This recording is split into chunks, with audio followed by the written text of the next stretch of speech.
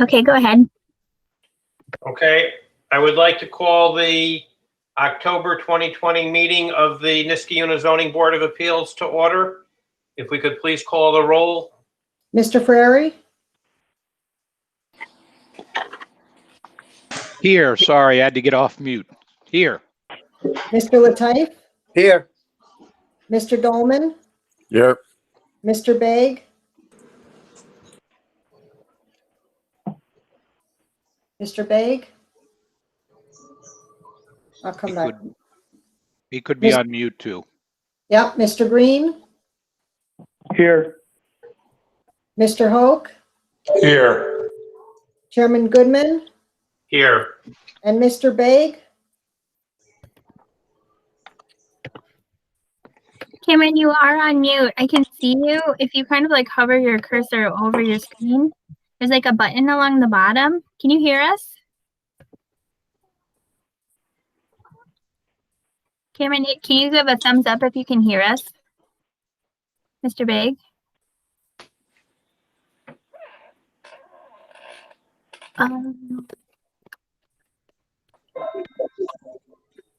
I'll give him a call separately if you guys want to continue. Let me see if I can call his cell phone.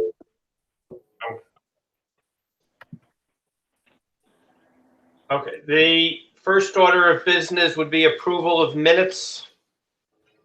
Mr. Green correctly pointed out that we have two sets of minutes that are both dated August 19th. One of them would be September 16th. If we could first do the minutes from August 19th.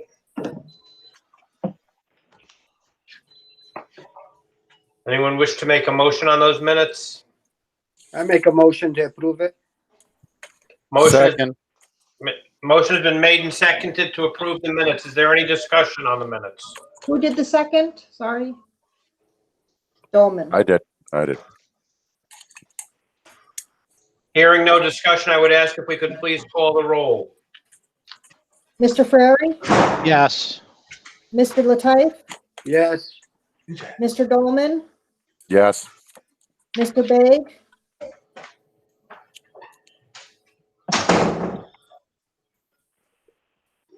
He He would have to abstain, I believe. Or Yeah. was he- Abstain. Mr. Green, Abstain. Mr. Hoke, Abstain. Chairman Goodman.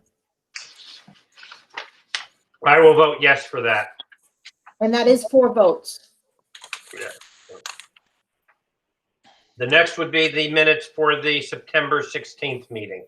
Mr. Chairman, before you move on, was Mr. Dolman attended the one he seconded the motion?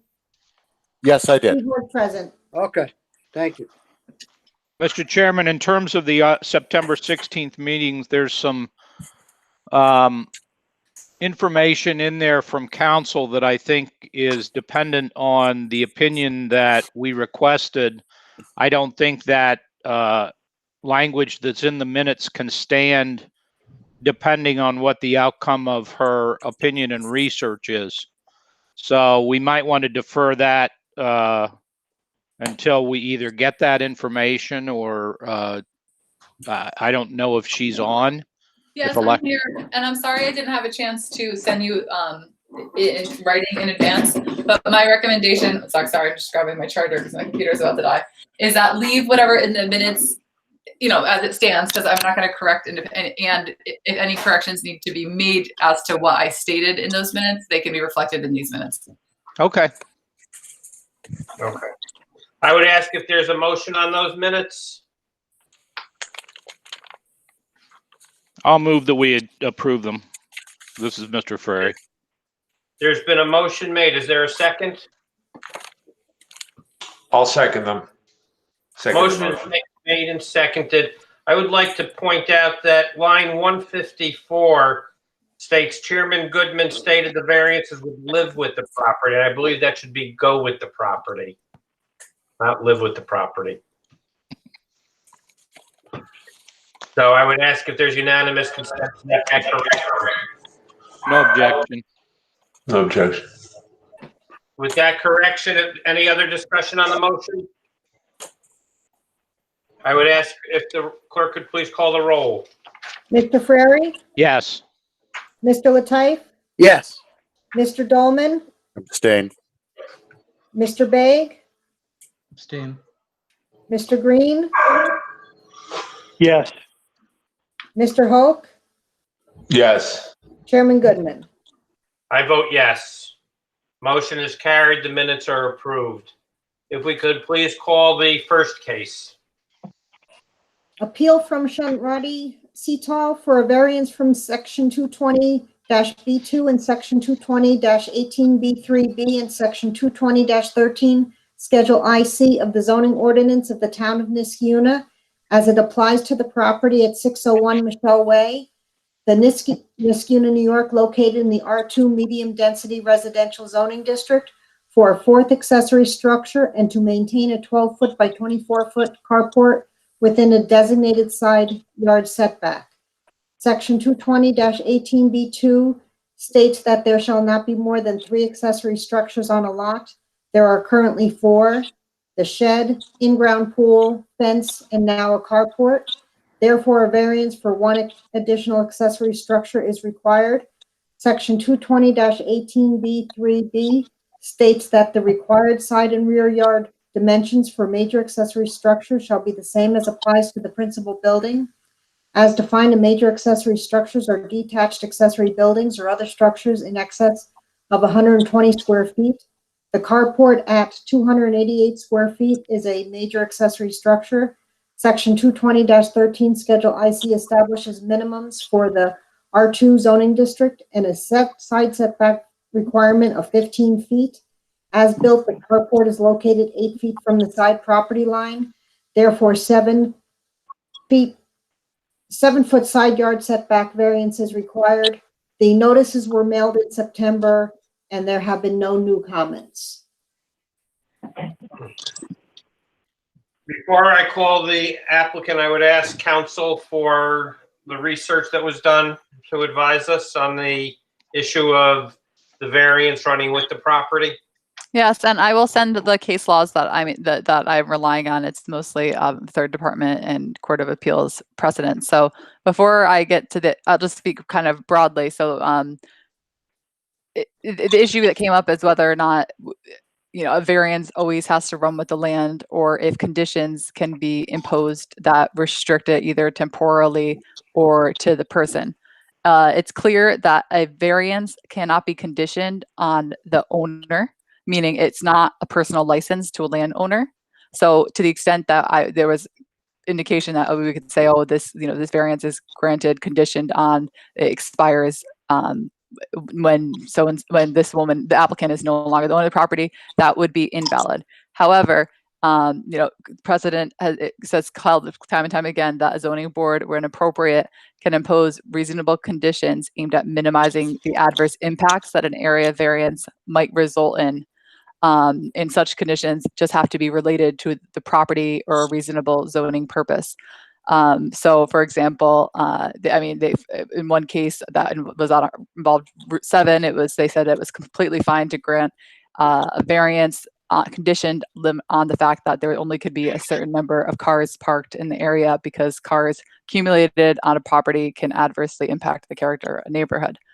In another case, there was an instance where the second department upheld that variance was fine to be conditioned to expire within 2 years because the quality of the material that was being used, if it was not continually maintained, would be harmful to the neighbors and the aesthetic. So I mean, just to clarify, there is no prohibition on having a time limitation imposed conditioned on a variance, but that said, the time limit needs to be reasonably related and clearly articulated in the record that the time limit bears directly on a valid zoning purpose that's related to the variance, and aimed at trying to address one of the the factors that you consider in granting an area variance. So in this instance, I mean, this zoning board would have to look at if they wanted to do a temporal condition saying I'm making it 10 years, for example, they would have to be able to show that that 10 years somehow, after 10 years, it would be an undesirable change in the neighborhood if the carport was there. If that, what they wanted to condition it on, if the applicant were to substantially change the material used on the property, or if you find that a carport should, only is aesthetically compatible with the neighborhood after a certain number of years, that would be appropriate. I think those are the types of conditions that can be considered. It can't, in order to avoid running into the area of where a condition is appearing to be personal to the property owner, and I would say that we should not really, it's difficult not to consider the unique situation that the applicant has presented to us. I know that we're considering the fact that, the request and the, alleged difficulty that was self-created. I mean, those are all very personal to the applicant. And while you can consider them when going through the factors, it would be difficult to fashion a condition that wouldn't appear to be a personal grant of a license. So I hope that answers. You also could condition it on something on the side yard setback, but I don't think that's what was really the focus here. Or, you can just go forward with just doing a regular area variance, as stated. Could we condition it based on the need for, or due to a medical condition in an effort to comply with the American with Disabilities Act, and when their medical condition was no longer a factor, that it would go away? So that is administratively, I don't know how that would be. So a condition on a variance needs to be clearly articulated and understood so that when subsequent owners acquire the property, they understand what their rights are, vis-a-vis their ability to use the land. So, I don't, with the ADA, that if we were to impose it saying that there's this, I don't think that's reasonably related. I'll backtrack. That does not relate to the property. That relates to the person who owns the property. So I don't think they would have to, that's what I was saying. What you're trying to get at is that in order for a subsequent owner to maintain the carport, they would have to also have, an Americans with Disabilities Act type requirement for the carport or whatever they would want to be putting there. I don't think that's something we could. You guys would get creative, but I have a hard time. Can we, Alexa, you mentioned something about 2 years, somebody did something for 2 years. Mm-hmm. Can we say, because they have 4 accessories, can we say we will give the 4th accessory 5 years, and in 5 years they can renew it again if it's needed? And I think that can justify what you were saying earlier in the case of the 2 years and so on. As long as, so the 5 year, it has to be related. So, it would be based on kind of a consensus that you could find on the record that, after 5 years, perhaps, that a carport starts to not have a worse or more intense impact on the change to the neighborhood because it's, not as fresh and new looking. The 5 years, you can definitely, I'm reading right now from a Court of Appeals case that says, a variance can be expire within a year, it could be 3 years, 5, 10, 15, 20. There's no hard and fast rule on the length of the time, but I just try to make the length of time, somehow related to the carport itself and its impact on the neighborhood or character. Right. And that's why I'm saying 5 years, because usually carport in 5 years getting beat up with the snow and all that stuff, it could go damaged and so on. We don't know, but that would be to reevaluate in 5 years. And if they still want it, they can apply for another 5 years. And yeah, they would have to, when you say apply, they'd have to come before the zoning board, right? That's what you mean, right? Yeah. And I think that's, as long as the zoning board, I don't want to put words in your mouth, as long as that, that that is the findings of fact upon which it's based, and not like kind of a backdoor way of giving a personal Right. grant of a license. But I think that's completely valid. I mean, there's a lot of just deference given to zoning boards decision, and you don't have to have an expert witness testifying saying that carports look bad after 5 years. You just have to base a condition on something more than a whim. Right. Or a guess. And especially if all the neighbors start saying, oh, hey, we need a carport too. So the town can say to all the neighbors, this was justified for ADA and it's only 5 years or 4 years. Well, we can't do the ADA no, part yeah. because that relates to the person and not I the guess property. we could just say that in this instance that, the 5 years condition that I would just say that on the area variance was a safeguard to minimize the adverse or undesirable changes in a neighborhood that follow with a crappy looking carport. Right. You know what I mean? So I think Can I ask from an administrative and enforceability perspective, do we have a mechanism in place to enforce a time-based variance? So those are, I mean, similar to how we have to police building permits that aren't renewed. I mean, Linda can speak to this because I work with her on these. I just want to know if it's possible for us to do. Yeah, it's possible. Like I said, we do this with in various instances. It does require. I mean, the one thing is that we would have to be cognizant, and perhaps this is more administrative. Like if for some reason the applicant sold their house in 2 years, like how would the person who bought the house know? And so that would maybe be more just like an enforcement. Like, are we really going to go after them and make them get, do X, Y, and Z? It's just, I think that's something that we can consider internally when it comes down to enforcement discretion. Well, thank you for all your research. Yeah, I hope that clarifies and answers the questions. And like So I said, actually, I just want to clarify there, that last statement was pretty telling. If we offer a 5-year base, if a 5-year or time limited variance here and they sell it, I don't know, do we really want to go after the next owner? So then that becomes a real lifelong variance in practice, if not de jure. I mean, so I think we're trying to avoid not a lifelong. I think we're trying to.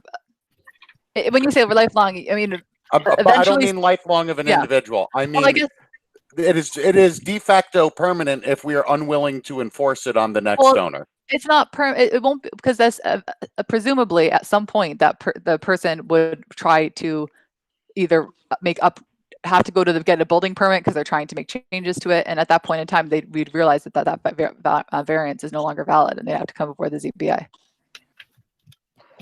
To Mr. Dolman's point, I think that it's a slippery slope when we start putting conditions, time-based conditions on these variances. I've always been told, as long as I've been on the board, that each variance stands on its own merits. And if we're going to start putting time-based limitations based upon our perceptions of the aesthetic value of a particular modification to a property, I mean, what's going to stop us from doing the same with a 6-foot fence that we decide to grant a variance? Are we going to condition them on 5 years or 10 years? Every variance that comes through that we aesthetically don't think is pleasing, we're going to start putting all kinds of limitations on something that, as long as I've been on the board, I don't recall, and I could be incorrect in this, but I don't think we've ever put a limitation like this and burdened the applicant, to Mr. Dolman's point, potentially burdened a purchaser of this property with having to then take down this carport at some point in the future. The only reason not only that, I mean, this is public record. What is to stop the next applicant that wants a carport from saying, you can give me the 5-year deal like you gave that other guys, unless you're discriminating against me for some reason? Guys, if carports are not illegal, you guys understand that, right? It's not a carport that's illegal. It's a fourth accessory structure and the setbacks. Anybody who wants to put up a carport you can. Like, if you put it on your property and it's the third accessory structure and it doesn't meet the zoning, and it meets all the zoning specs, anybody in the town of Niskuna is allowed to have a carport. Right. Guys, this is all appropriate discussion for to have in terms of the variance and everything. We got the opinion of council. Thank you very much, Ms. Kim, for providing it. Let's move into the proceeding. We can have this discussion when somebody makes a motion, or when the chairman calls for discussion on a motion. I would ask if the applicant has anything further to add at this time.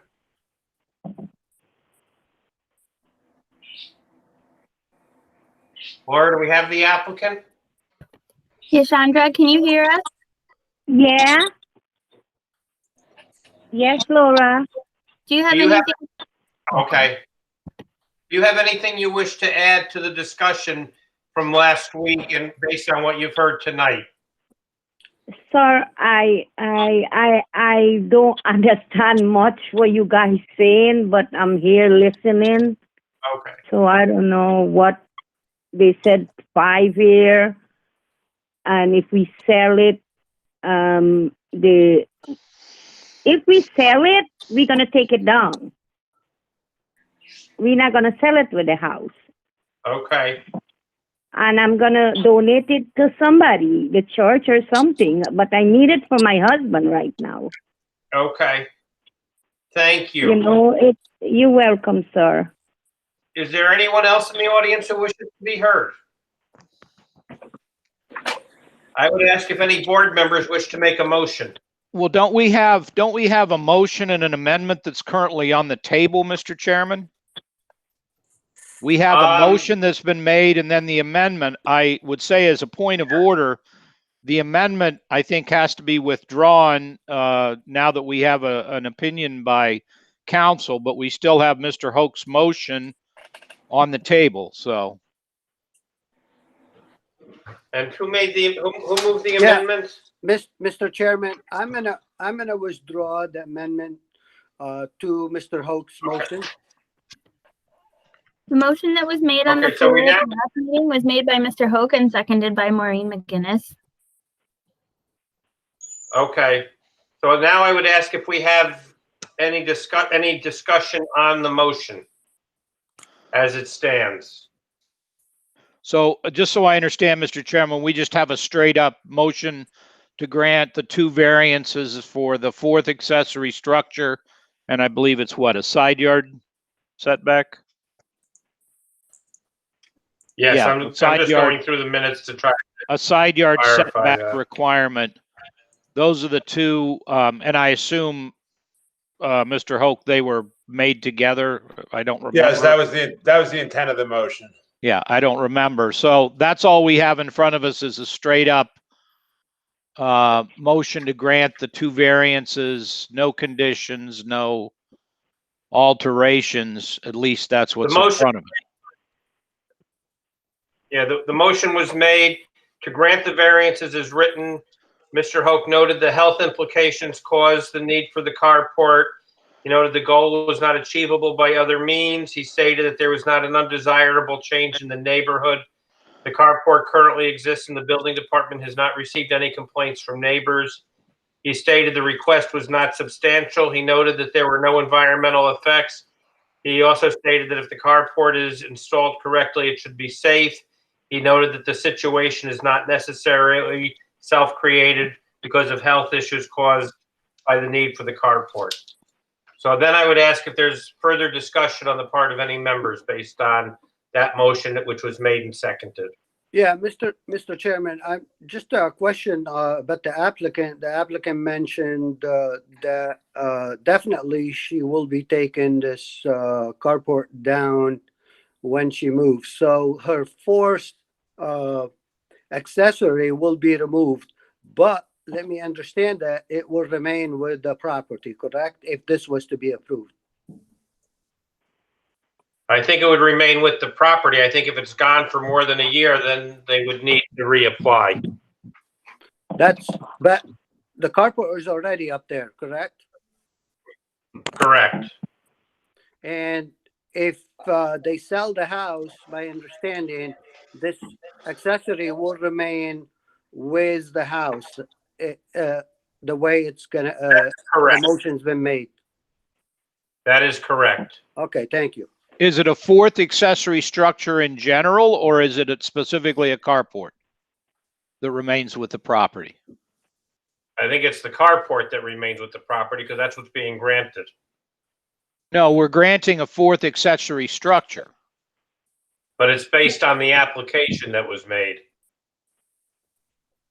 And it has the side, I mean, you're also granting the variance, the area variance for the side yard setback that accompanies it. Yes. So we are not granting a variance for any fourth accessory structure. It is specifically this fourth accessory structure, correct? Thank you.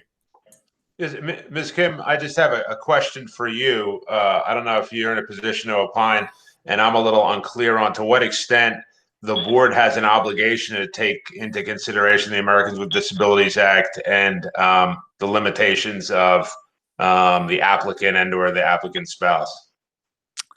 I mean, I think that, so in this instance, so ADA applies when, you know, you're on town property or the town is offering a town service. That's when there's government action. So, you know, a private homeowner doesn't have an ADA obligation to provide, you know, a ramp to enter their own home because ADA is applicable to, in this context, it's applicable, you know, for the town. And here, the action that we're taking is just basically either granting or denying something. We're not, for example, doing this at our own town hall where we're making it so that somebody can't access our building. So I don't think that there is an obligation. I mean, Isn't this an official action? I don't think this is government. I mean, because I'm thinking of like what constitutes state action for purposes of constitutional law, you know, in order for there to be standing. In this instance, I would say that this is the statutory provision, not a constitution. Yeah, I mean, I'm saying I'm just the concept itself. I mean, I don't too much. cross that threshold. I mean, otherwise, every time we've granted a permission or license or building permit, that would be constituting government action that's subject to ADA.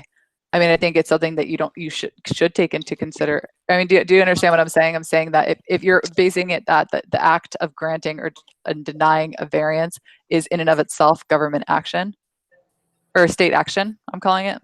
Well, I understand the distinction you're trying to make. I'm just not sure that it's applicable when you're talking to the Americans with Disabilities Act as being a statutory provision that I think specifically speaks to zoning laws in communities that supersedes, you know, our local zoning code.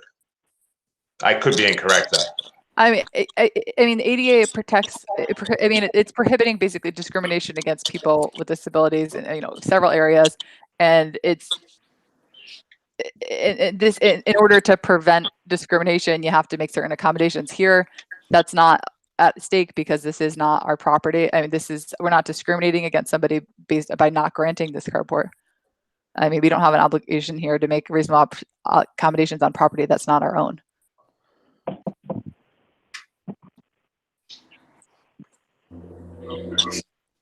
Any further discussion on the motion? Hearing none, I would ask if we could please call the roll. Mr. Frary, I'm going to vote no on the motion. I am very sympathetic to the applicant's personal situation. However, I think in looking at this, first of all, we're granting a variance that, regardless of the representations, follows the property, potentially well beyond the residency of the applicant. I think that carports themselves, by placing them in a residential neighborhood, especially one such as this, changes the character of the neighborhood. Every other house has a garage. This house has a garage, but now it also has a carport. There were other feasible options that were discussed at the last meeting on September 16th with the applicant, specifically regarding the expressed reason for the carport was to allow an easier transport of her husband to medical appointments. The garage sits even closer to the living quarters on the house. It was discussed with the applicant that the door could be open to the garage. The car pulled up as close as possible, and the applicant could, the husband could get into the car through that means. There were other options identified, such as using the storage space in the garage to eliminate the need of a shed, which would then reduce the number of accessory structures and render this just a side yard setback issue of 7 feet. So there were some less restrictive alternatives that did not require a variance. Again, it is, although it's not determinative, but it is a self-created issue. And for those reasons, I'm going to vote no on the motion as it stands. Mr. Hoke? I would vote yes on the motion. I would indicate that there was not a reasonable alternative that was presented during the last meeting. I disagree with Mr. Ferreri's recitation of what we previously heard.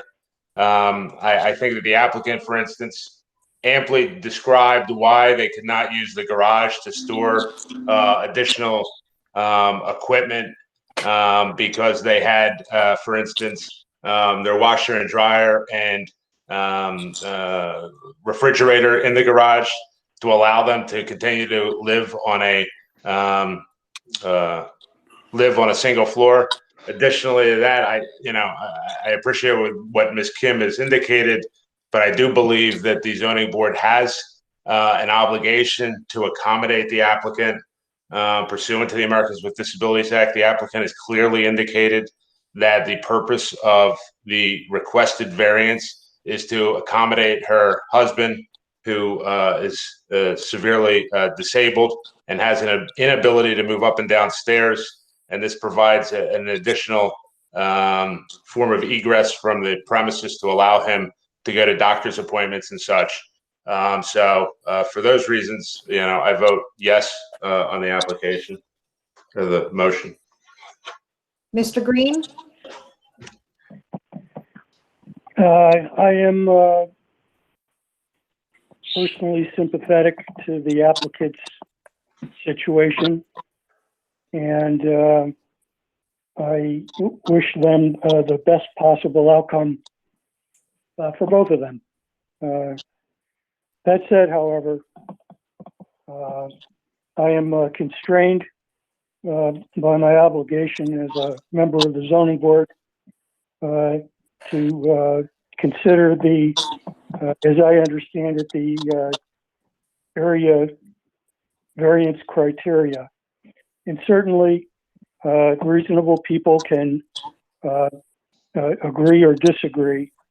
However, while there may be some challenge to it, I believe that indeed the benefit could be achieved by other feasible means. I also note that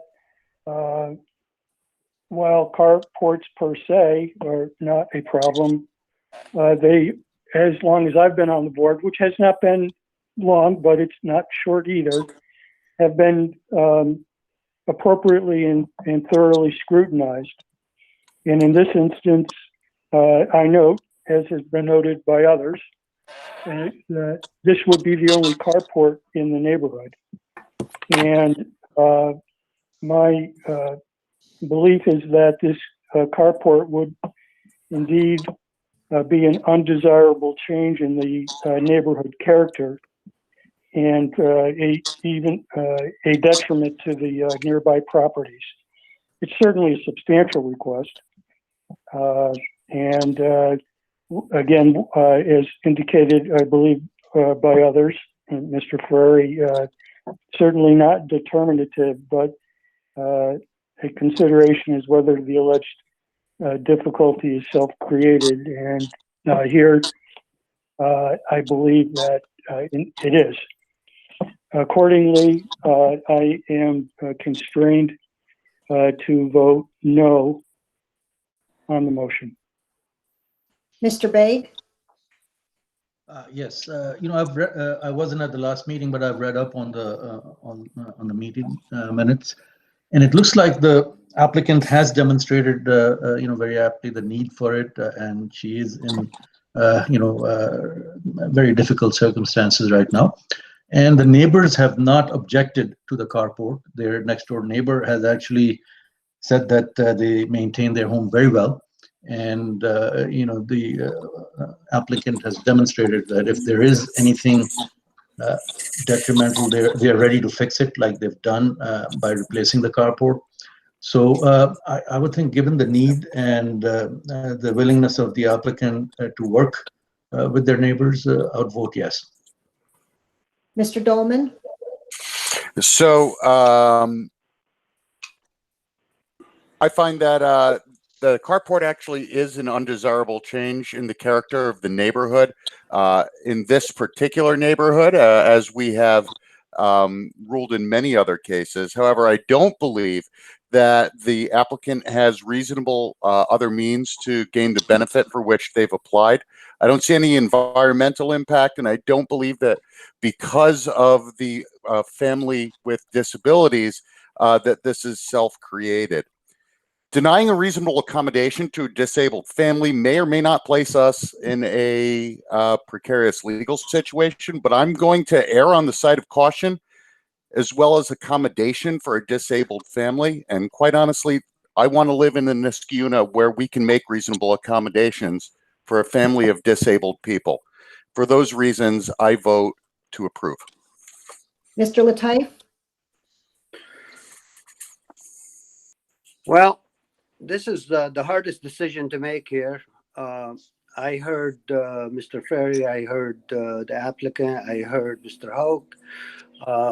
This is a very difficult, and I'm one of the people very supportive of the American Disability Act. This is something that we haven't had in a while, where we have to deal with this kind of situation.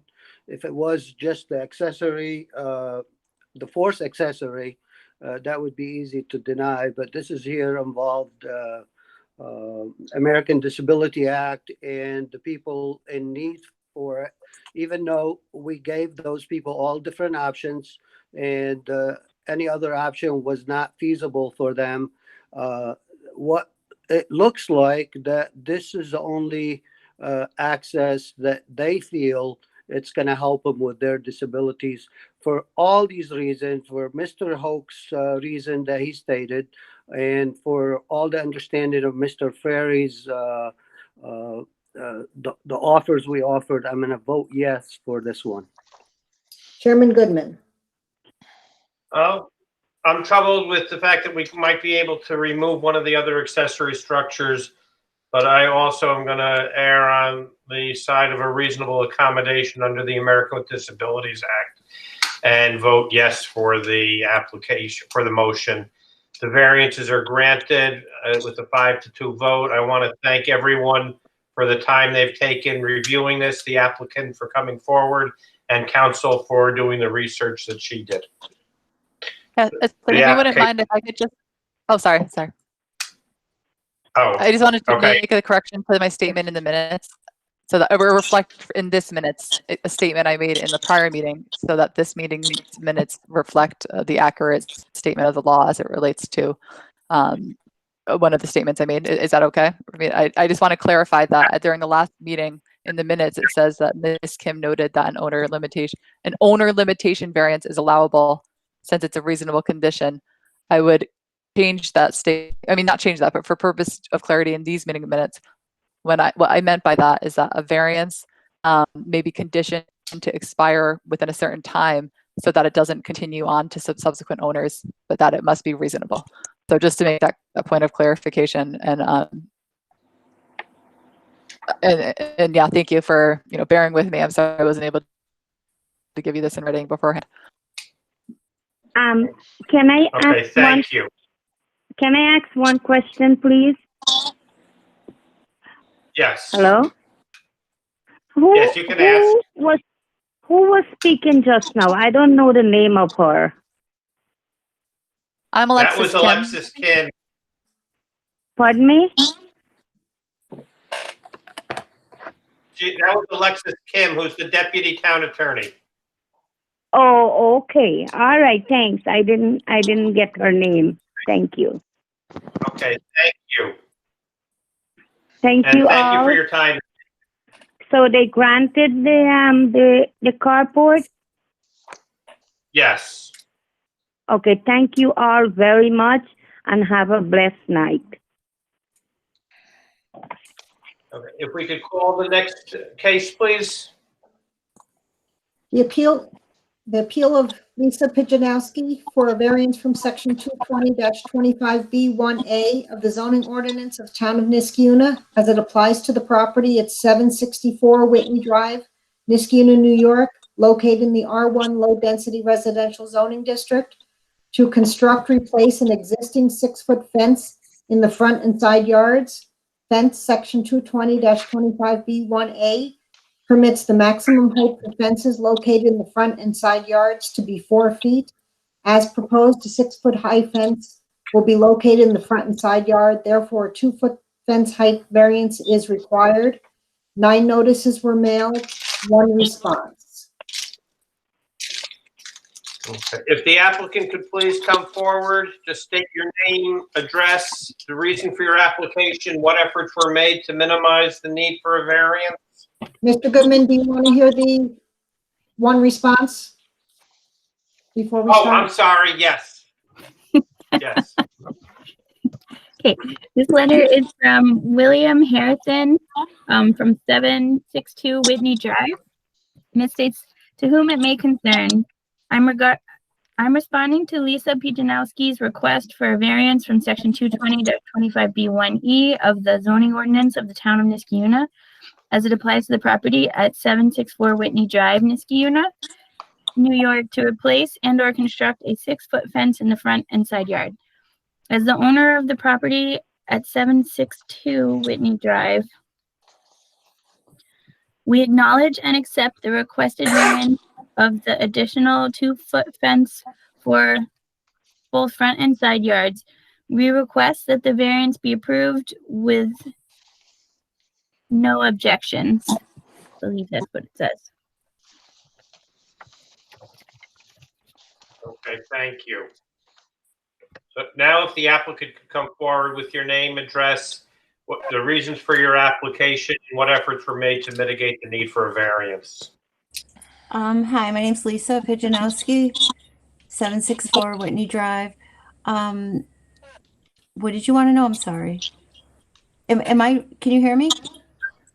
Yes, Yeah, we can hear you. Okay, Just state your what efforts you made to mitigate the need for a variance. Well, I'm replacing a fence that's already there. So the fence is rotting. It's been there since the house was, my mother-in-law bought the house in 1970. The fence has been there, and I guess there's been changes in the zoning law since the fence has been there. So I'm just replacing an existing fence that's weathered and rotting.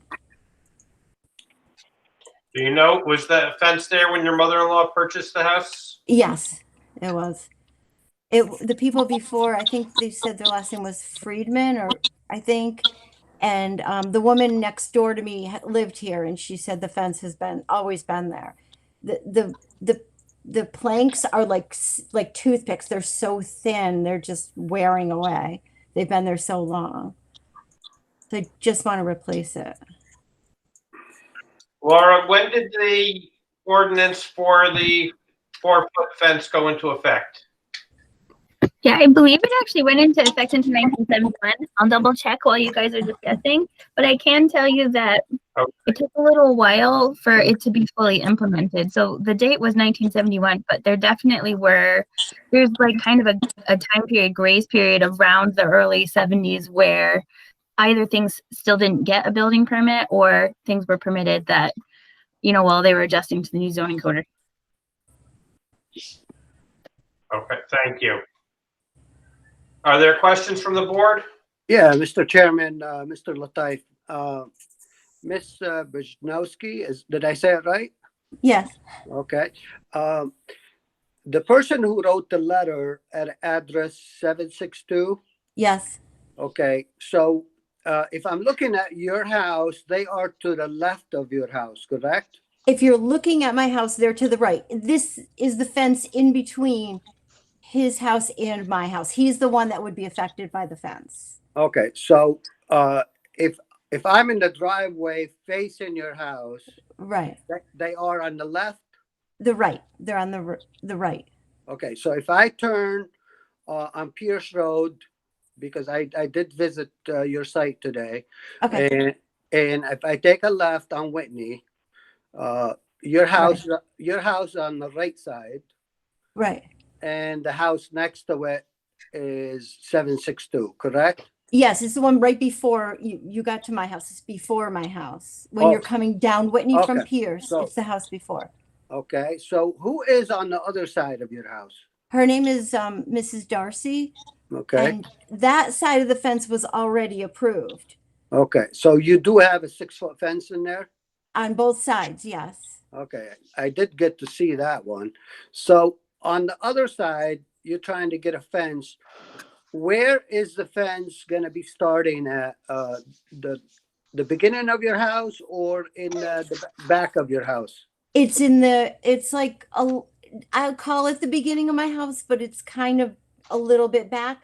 But my house is kind of crooked. I don't know if you noticed that. Like it's not Right, straight. So yes. it's not really, I guess it's on the side of my house technically, but it's not a traditional side yard. So, Now, I noticed you didn't have any doors or anything to the side of the house, correct? no, not on that side. It just goes down the side on the border between our two houses on that side of the house. So do you have a door in the back you access that backyard, or how do you access the backyard? No, it's just open. It's just open. It's open. Do you mean How do from you my access? Right, but you're gonna put a fence in there on the side of the house, right? it's just running down the property line. That's It's it. not coming across at all. Okay, so you're not coming across to the house at all? No, Okay, no. okay, that's why I No. didn't know if you Oh, were no. coming across to the house or not. So No. it's basically you put in a line between the two properties. Right. And there is a fence there right now doing just that.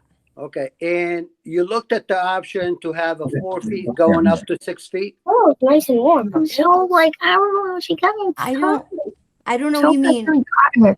If you were having problems, though, you can get me. If We I, can hear you, Laura. sorry. Laura, we can hear you.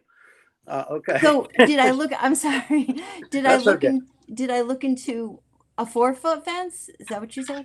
Right, because you mentioned that 4 foot will not do it for you, because No. I've seen a lot of people, what they do, they put 4 feet in the beginning, and then they increase it to 6 feet later on, where you will not need a variance to do that fence. Right. Well, there's already a 6-foot there, which I was just trying to replace. So I wasn't even aware that this was going to be a problem. But the other thing, I don't know if you noticed it, my neighbor's house sits quite a bit higher than mine. So to him, it's really, I don't know how to explain it. It's very, his house is, if he's in his driveway right now, he can see right over the fence. So a 4-foot fence would really do absolutely nothing. And aesthetically, I think it would look terrible. So I wouldn't do it. Yeah, but the only reason I'm asking, because you could still replace the 6 feet fence, but I'm only saying a partial of it, because Right. usually we don't allow, like in the front of the house to start the 6 feet fence. Well, I'm trying to say, did you look at maybe putting a 4 feet fence and then going to 6, where then you don't need a variance, that's all. Yeah, no, I wouldn't do, I didn't look into it, but I wouldn't pay for that. It would just be a waste of my money, really. It doesn't go in front of my house, the fence, it goes, The side, right. yeah, but I mean, it doesn't extend beyond my house, is what I'm saying, at all. It Okay. wouldn't extend beyond the edge of my house. The start of your house, right? Right, right. It but would not extend past that. Right, and usually the 6 feet fence, we start it in the back of In the that. back, right? I know. Okay. I don't know if you saw my picture, but there's also, or if you noticed it today, there's a lot of woods and brush and stuff. Yes, And yes. it's just in there. It's not like sticking out or really. Right. You can barely see it. I agree. Yeah. Yes. Well, thank you. That's all I have for the question. Thank you. My question is, with it being as wooded as it is, how much privacy does this fence provide that you don't have just from the fact that there's a lot of wooded growth there? It really does. It's not really a privacy thing. It's just it's rotten and it looks ugly. And I just was trying to make it look nicer. And on the other side, it is very noticeable. And so I was just trying to make a match and, just do the whole thing. It's really on that side. You're right. I probably don't need it for privacy. I don't, but it would just match and it would just look better, I guess. Because then I would have a new fence on one side and a rotten one on the other one. So ma'am, just so I understand, the fence that we're talking about as we face your house is on the right side, correct? Yes. And I know you said that the fence had been there for a long time, the one that's rotting, but so it because of the heavy vegetation and whatnot, it's the only purpose it serves is it's just there. Yeah, well, It's not there for us for protection. It doesn't connect to your house. It's just there. Yeah, but I think it would look better. I don't know. Now, you made a comment a little while ago, and I want to make sure I understand. You said there's a fence on the other side of your house. Yes. And you said something about that's been approved. Yes. I had put in a permit for both, and they approved one side and told me the other side was denied because of like I said, my house is crooked. So on that side, or I don't know how to explain it. It's kind of on a bend. So on that side, it does start at the back of my house, the fence. Okay, so it starts at the back corner of your house on the side, so you didn't need a variance for that side. Right. Since the fence doesn't necessarily serve any purpose, it's just there, why can't you start this one at the back corner of your house? I don't know. I was just, it's there now. I was just trying to. Right, but you understand that it's not in conformance with the current zoning. All I'm saying is it would allow you to put up a 6-foot fence. You'd have fences on both sides. On both sides, they'd start at the rear corner of your house. That's my point. You wouldn't even need a variance if you were going to do that. Well, I guess I like the way it looks. I like the way it's on both sides of my house. And if my house wasn't like on that bend and it wasn't turned, it would just be in the back and it would be fine. So it's just a matter of the width of your house that you would have to move it back to the rear corner because it doesn't extend beyond the front corner of the house, right? No, it does not. It does So not. you could just move it back to the rear corner since you're putting up a new fence and taking down the old one, and then you wouldn't need a variance. Right. I didn't want to do that, which is why I applied for the variance. Okay. it just looks, I like the way it looks now, and I wanted to keep it the way it is now, but I just wanted it more updated and new. Ms. Pejanowski, this is Yes. Richard Green. Can you hear me? Yes. I'm just curious, I've noticed today, the leaves are falling from the trees, and Yes. we're quickly moving into the time of year where trees and bushes aren't flush with leaves. Can you describe for me the difference between the trees and bushes on the property line on the right-hand side in the area of the fence that is the subject of your application today in the summertime, then compare it to what it looks like in the middle of winter? Well, actually, there's a lot of pine trees on the side of my house. So I don't know if it's any different really in the winter and summer. They're really tall pines. Very mean, good, thank you. I can see the fence. I can see the fence clearly. There's not a lot of vegetation where it's just completely camouflaged. I can definitely see it. All all right, the time. thank you very much. Okay, thanks. Any other questions from the board? Just a quick question back to me, Mr. Latif. If this was approved and you're replacing the fence, are you replacing it with the same material, wood? Yes, It's just the same stuff, is just newer. yes, it's cedar, I think, or it's wood. It's wood. Yes. Okay. Same. And if this is not approved, you will keep what you have, right? Probably, yeah. Yes, I will. Okay, thank you. Thank Would you consider just starting the fence a little further back so that it meets at your back corner so that you don't need a variance? No, I would just leave up what I had. I mean, it's there. You're not making me tear it down, so I would just leave it there because I like having it. I think it looks nice. I just wanted it newer. Thank you. Are there any other questions from the board? Are there any other members of the public who wish to be heard for or against the application? Does the applicant have anything else you want to add?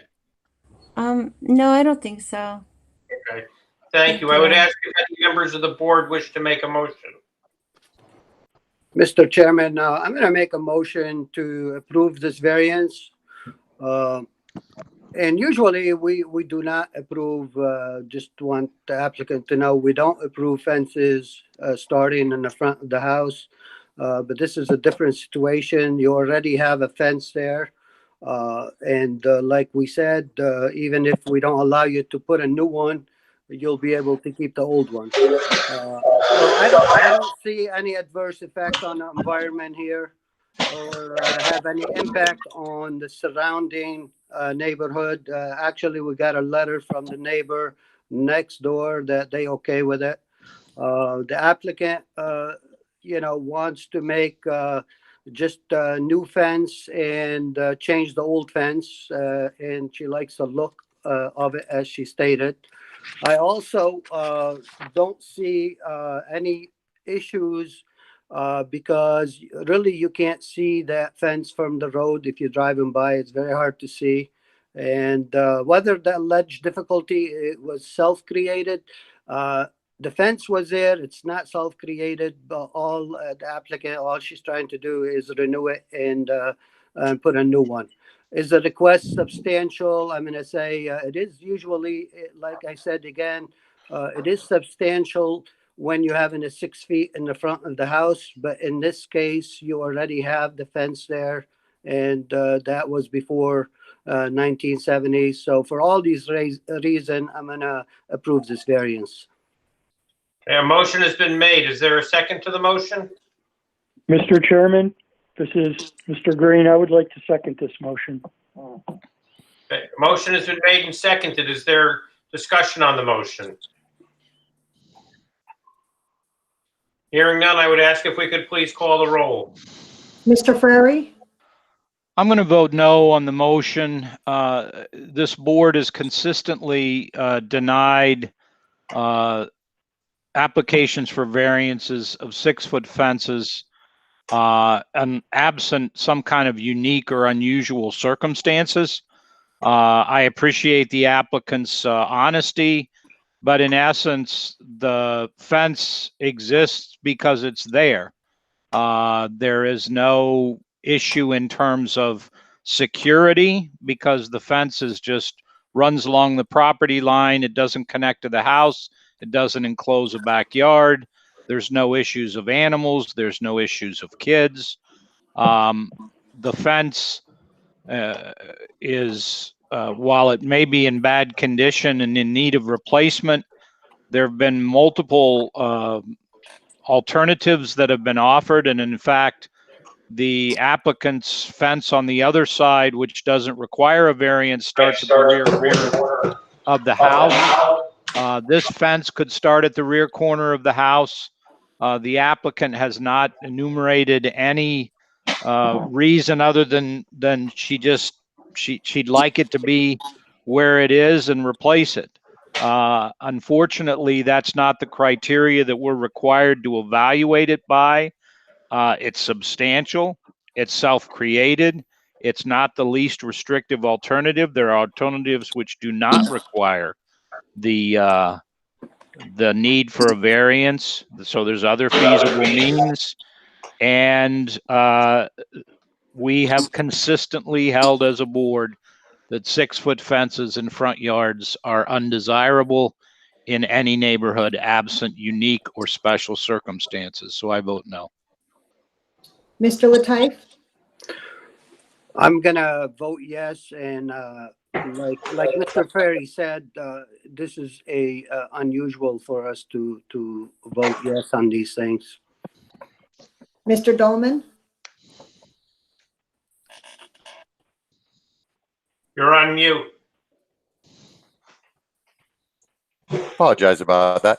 I find that there's not an undesirable change in the neighborhood from this application. In fact, it would be desirable because we're replacing a rotten fence. I do agree that this is achievable by other means. The applicant certainly could provide that fence within the zoning code, but chooses not to. It is absolutely a substantial request, given the propensity of this board to deny 6-foot fence variances. There is no environmental impact. I also don't find that this is self-created. The property owner came into possession of this fence that was built long before our current zoning codes, and it rotted on her. She didn't create that situation. So while I will certainly note that this is rare and this is extenuating circumstances, I would vote to grant the variance. Will vote to grant the variance. Mr. Vague? I would vote no on it for the reasons stated by Mr. Frary. Mr. Green? Yes, I'm going to vote yes for the reasons stated in large part by Mr. Latif. Mr. Hope? Oh, sorry. No, I'm just saying look, the fence is pre-existed.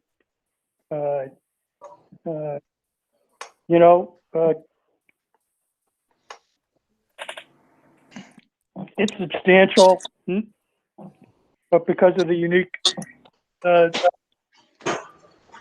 situation configuration of the house, I don't see a reason in this particular instance to force a fence to start from the back corner. And I do know, based upon my site visit, you really can't see it from the road, so it doesn't affect the neighborhood. Thank you. Mr. Hope? I'll vote yes for all the reasons stated. Weighing heavily in that determination is I don't find that there's an undesirable change in the neighborhood as a result of this fence in this particular circumstance. And under these unique factors, I believe that there's actually an improvement to the neighborhood by the installation of a newer fence under these circumstances. So, and for all the other reasons stated. Chairman Goodman? I will vote no. I understand that the newer fence would be nicer than the old fence, but the fence does not provide any privacy that's provided by the vegetation. There is nothing compelling to me that would change our normal procedure of not allowing 6-foot side yard. All the reasons that Mr. Ferry put on the record, I will vote no. Having said that, the variance does pass 4-3. So the variance is granted. I want to thank you for taking the time to come. Yeah, thank you. You're welcome. Thank you. If we could call the third case, please. The appeal of Alex Ritmo for a variance from section 220-52A of the zoning ordinance of Town of Niskuna as it applies to the property at 2721 Balltown Road, Niskuna, New York, located in the RP Residential and Professional Zoning District, to convert a pre-existing non-conforming animal hospital/apartment building into a 6-unit apartment building. The animal hospital portion of the main building would be converted into 3 additional apartment units. The existing 3 units would remain, and the kennels and outbuildings associated with the animal hospital would be removed. Section 220-52(8) states, no non-conforming use shall be changed to other than a conforming use for the district in which it is situated. As proposed, multifamily dwelling units are not listed as permitted conforming uses in Schedule of Supplementary Regulations 220, Attachment 22, Schedule IH, RP District. Therefore, a use variance is required.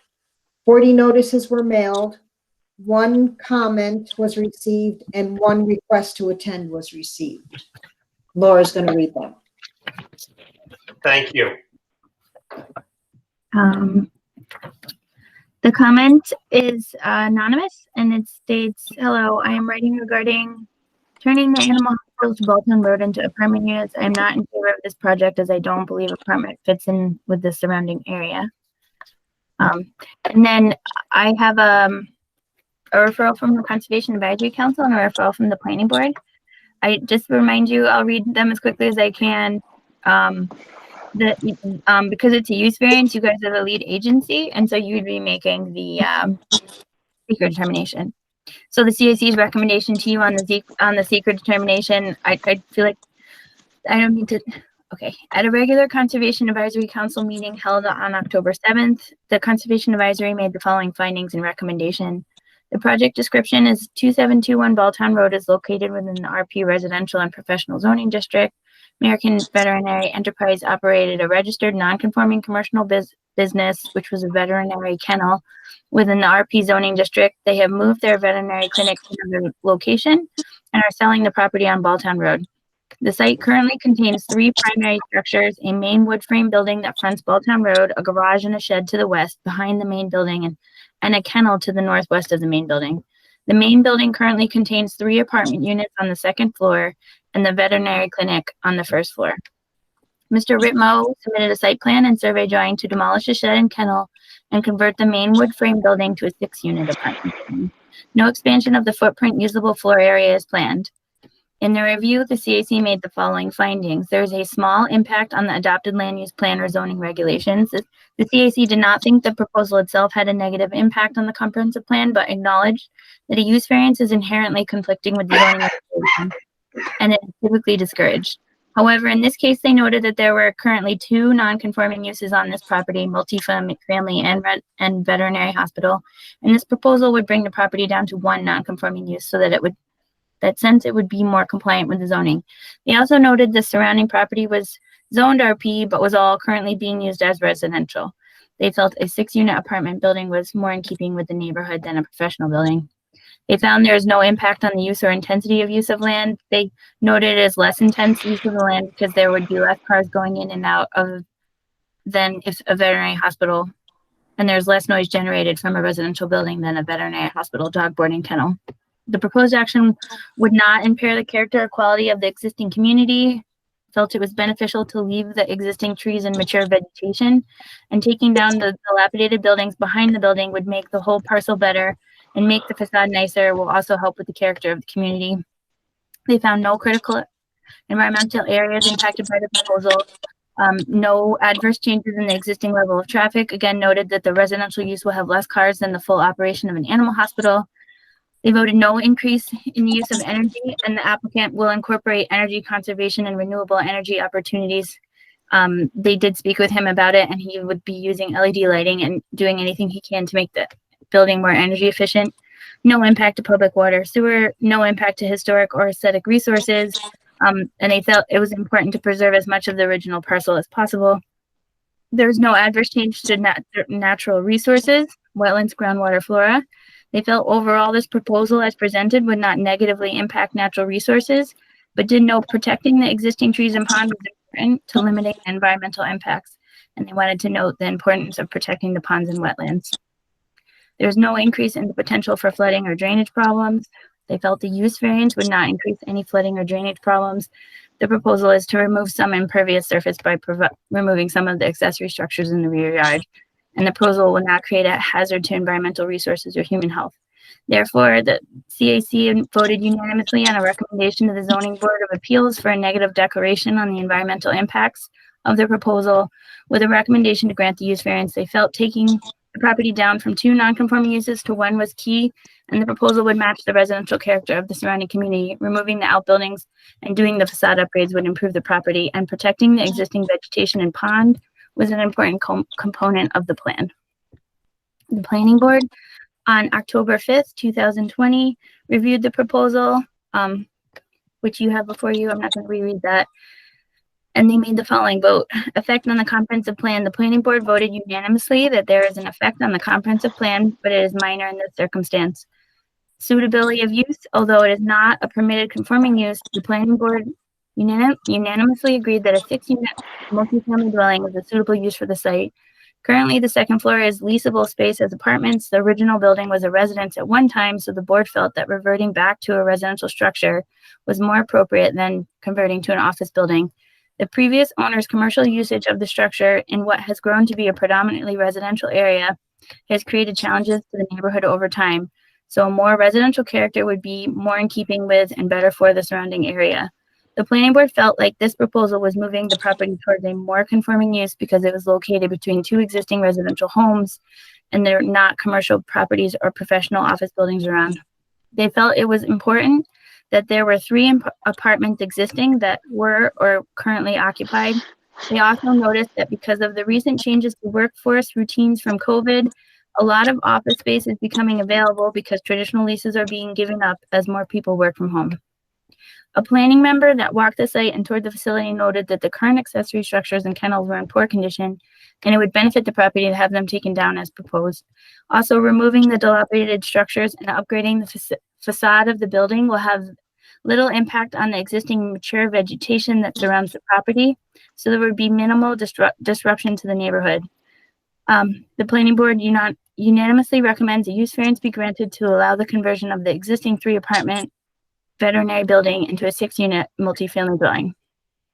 And then the referral from the county stated that they defer to local consideration. I believe that's all I have.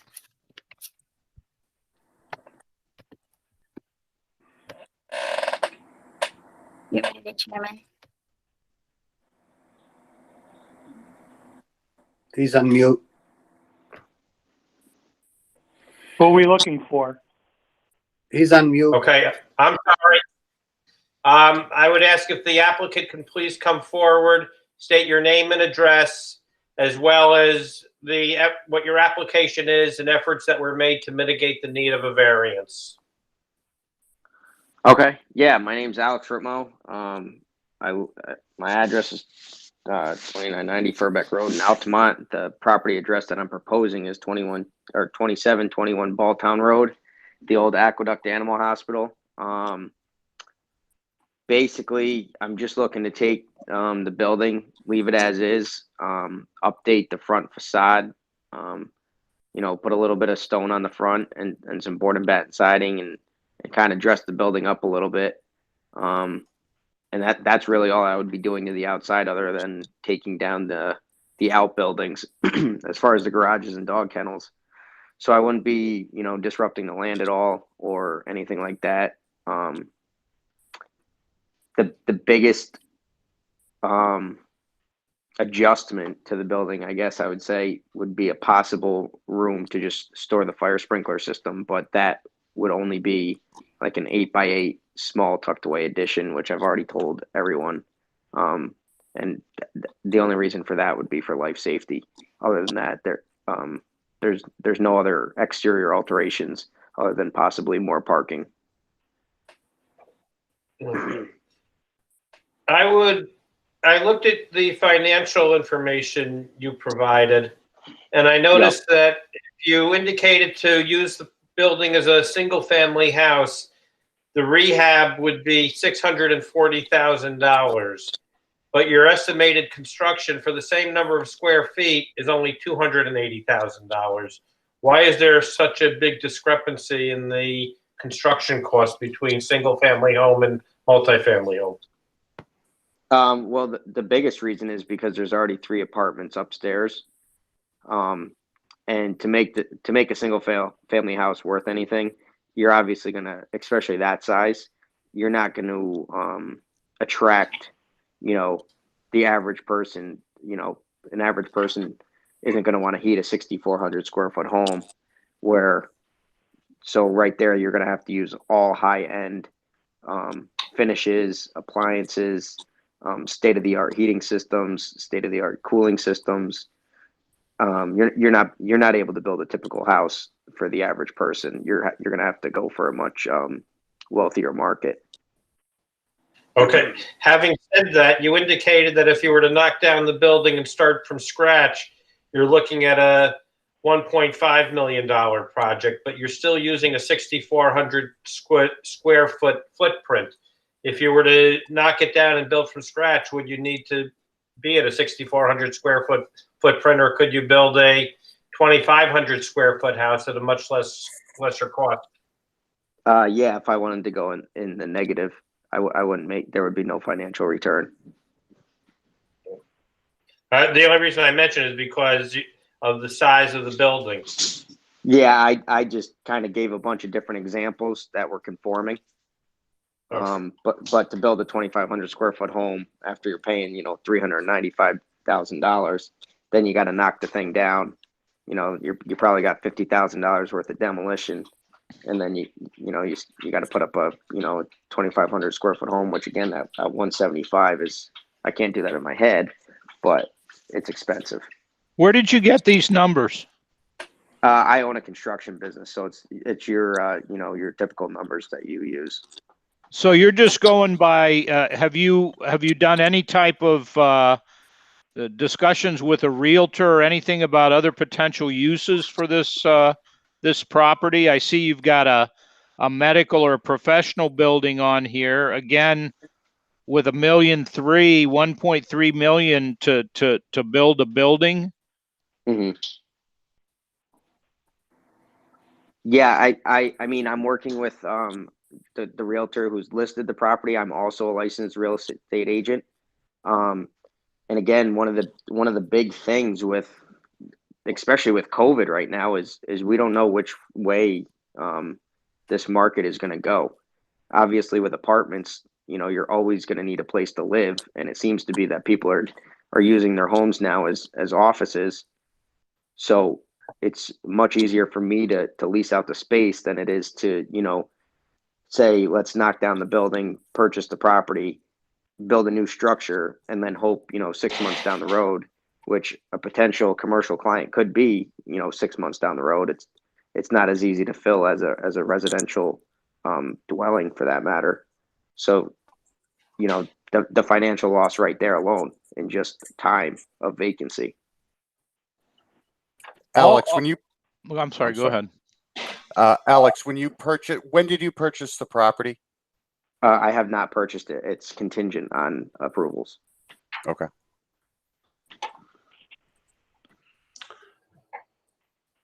How long has the property been vacant now? From the standpoint of the hospital? That one, I think they've been out since May. I'm not positive. If Bruce sounds is about here. right. He's in the ballpark if that's not the exact date. And there's still residential tenants there? Yeah, there's one right now. If you still look at your financials page, you talk about a variance proposal, cost to use existing structure. You've got your purchase price, estimated construction $280,000. What are you constructing? 3 new apartments downstairs. Okay. And what do you have any idea what the rental income is from the premises currently? Currently, I do not. Obviously, Dr. Pike moved his location, so that's not bringing in any money. and it's a 2-bedroom upstairs. I think, you know, it's not much. Well, I thought there were 3 units upstairs. 2 of them are vacant. Okay, so what I'm trying to find out is for you to do an adequate review of whether you could use the existing property by rehabbing it and making it a multifamily dwelling. You need to have some kind of idea what your financial return would be if you did that, right? Correct. But you have no idea as you sit here today what that financial return would be for a 6-unit building if you were just to follow this, what I'll call proposal B, purchase it, reconstruct it, and then rent it out, right? Well, no, that would potentially be, you know, a 15% return. Based on what? You don't know what the current return is. What would you be leasing the apartments for? The 2 bedrooms would be $1,400 a month. The 3-bedroom would be $1,700 a month, and the 1-bedroom would be $1,000. So let me get a pen and write these numbers down, but I can add them up for you quick. Well, that's, you know, what I'd rather have you do is come to the board with some solid numbers and some ideas. One of the things we're required to do with a use variance is to try and figure out whether, you know, you've got a financial hardship or you can't realize a reasonable return based on what either the present use is or what you could use for it. Why? I'm just out of curiosity. How did you settle on a 6,400 foot? If you're knocking it down and putting up a new single family, 6,400 square feet. You're in the construction business. That is a humongous house. Yeah, no, I understand. I was relating it to the existing structure. That's how big the existing structure is. Okay, but one of the things we're trying to do is if we grant you a variance, it's because we want to return this property to a residential character. Do you know what the house on the left and the right look like? Correct. Yes, I do. You know what they look like? Yes. How many square feet on either one of those houses? If I had to guess, they'd probably be at the most 1,800 square feet. So you got 1,700 or 1,800 square feet on the 2 houses to the right and the left, and you're going to put a 6,400 square foot house in between the 2. Can you honestly tell me that's not going to change the character of where that neighborhood is? Well, I wouldn't be constructing a 6,400 square foot single family dwelling. I'd be leaving the building as is. So technically, I may be wrong, but I don't believe it would change the character any more than it already is, seeing that I'm not changing the existing structure. Mr. Ritmo, I don't want to speak for Mr. Ferry, perhaps, but I don't think his concern. I think his concern is that we, as board members, are required to see substantial proof of the the numbers related to your reasonableness of return on owning the land. And I don't think he's buying the 6,400 square foot argument, residential new home, as an argument towards the proof that this is that your proposal is the only way to gain a reasonable return on your property or your potential property. And to be honest, I don't think it's your strongest argument either. That being said, I have a silly question. Perhaps this is for council or for Laura. Can you request a variance on a property you don't own? Do you have standing to do so? Actually, because if he outright owns the property, it becomes a self-created hardship. The actual property owner is on the line, but he has to do it on behalf of as not an owner. So he's doing it on behalf of the property owner Can you give me as a he is now. calculator? Yeah. Because if you outright, all right, that makes sense. Okay, can't get a because the under the the rules for self-caused here, one of the things that makes it self-caused is materially, if he knows the situation when he buys the property, that is de facto a self-caused situation. Yeah. And so I'm not sure how those two things jive. So, but all right. I'm sorry. Thank you I'm for sorry to clarifying. interfere. I'm sorry to interfere. I'm the neighbor next to the animal hospital. And if I understand Ma'am, it correctly, ma'am, yes. we will have an opportunity for the public to speak. But just so that we can keep it in order, I will ask for members of the public. So if you could hold off till we do that. Well, I suppose. Okay. Mr. Dolman, you were speaking. I'm finished, Mr. Chairman. Thank you. Can I come back into the conversation? Yes. Okay. So I just did quick numbers. Say I do knock down the building at 6,400 square feet. I'm going to divide it by 3 just for conversation. That's 2,100 square feet. So that's 3 houses that now I would have to pay to subdivide the property for 3 separate lots. The current land, the way it is situated, I do not believe that I would be able to do anything besides 3 keyhole lots, which then would require a private road, which then I would have to bring up to, you know, the legal requirements proposed by the town and the state, which if anyone's ever put a state road in, even a private road, which the requirements aren't much less than a state road, you're looking at more millions of dollars than you would be to build a 6,400 square foot house.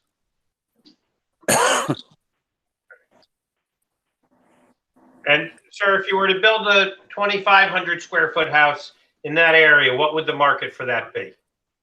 It would be good, but are you talking one 2,500 square foot house, or are you talking multiple? Because to get the financial could you put in 2 2,500 square feet houses in that spot without building a private road? Not to meet the setbacks. Okay. It's the front. It's more of a frontage issue than a setback issue. Well, yeah, frontage setback. I would still. Well, they're have to different. I would still have to do keyhole lots. You would have to have a certain frontage to be able to put it in without some kind of variance to allow you to put some house in the back. How big is this lot? Maybe it said here, I just didn't see it. It's 3.5 acres. Or 3.4. So it goes back. There's a subdivision, if I recall. There's a subdivision that kind of wraps around this. Is that right? Correct. There's the pond too. The pond is in the woods. I would be going nowhere near the pond. But there was a mention of the pond and something else that they will stay there. Correct. The planning board, I believe, wanted the pond undisturbed. So what are you going to do with the rest of the acreage if you just rehab this building? Leave it as is. You know, I would maintain the grass and the shrubbery around the building, but I don't plan on, you know, maintaining the entire property.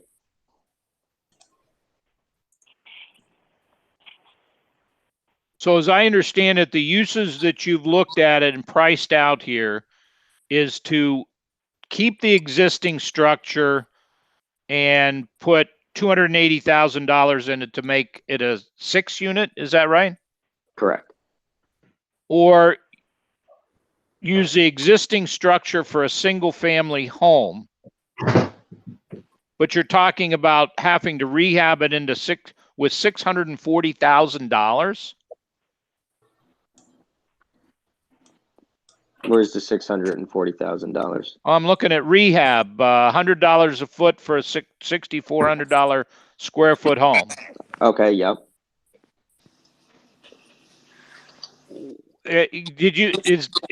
Did I hear you correctly that what sits there now is how many square feet? 6,400.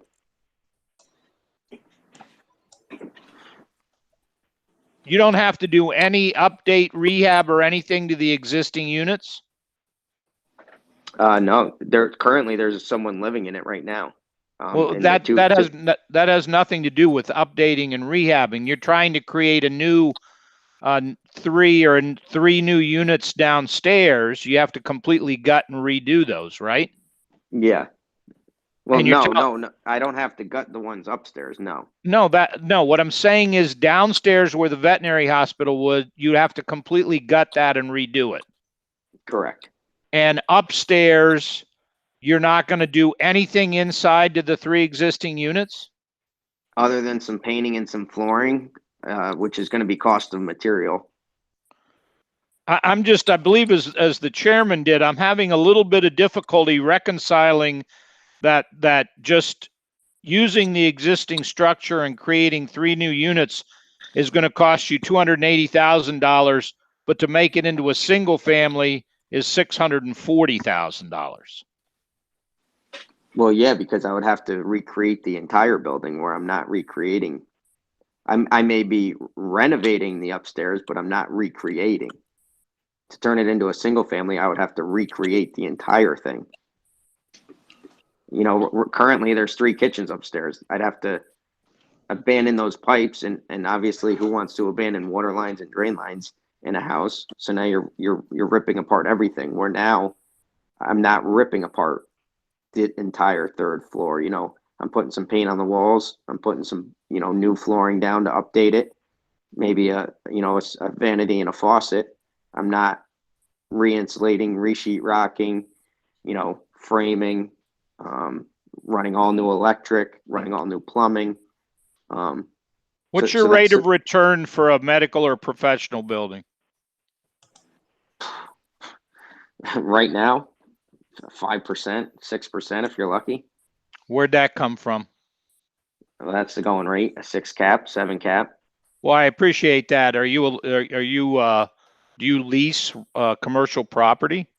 No, I have no interest in leasing commercial property. Well, my question is what I'm trying to find out is I'm supposed to analyze your rate of return for these various uses. And I'm trying to find out where your numbers are coming from. I understand you're a contractor and you're telling me that to rehab versus gut and change and this and that is so much per square foot. But I also need to know what your rate of return is. If you're able to turn this into a professional building or a medical building, what your rate of return would be to be able to analyze your financials. Yeah. I mean, it's 5 or 6%. Like I said, I mean, that's what you're getting on these commercial spaces. That's why I have no interest in doing commercial. I'm also a licensed real estate agent, and I've talked with multiple agents about what I would get.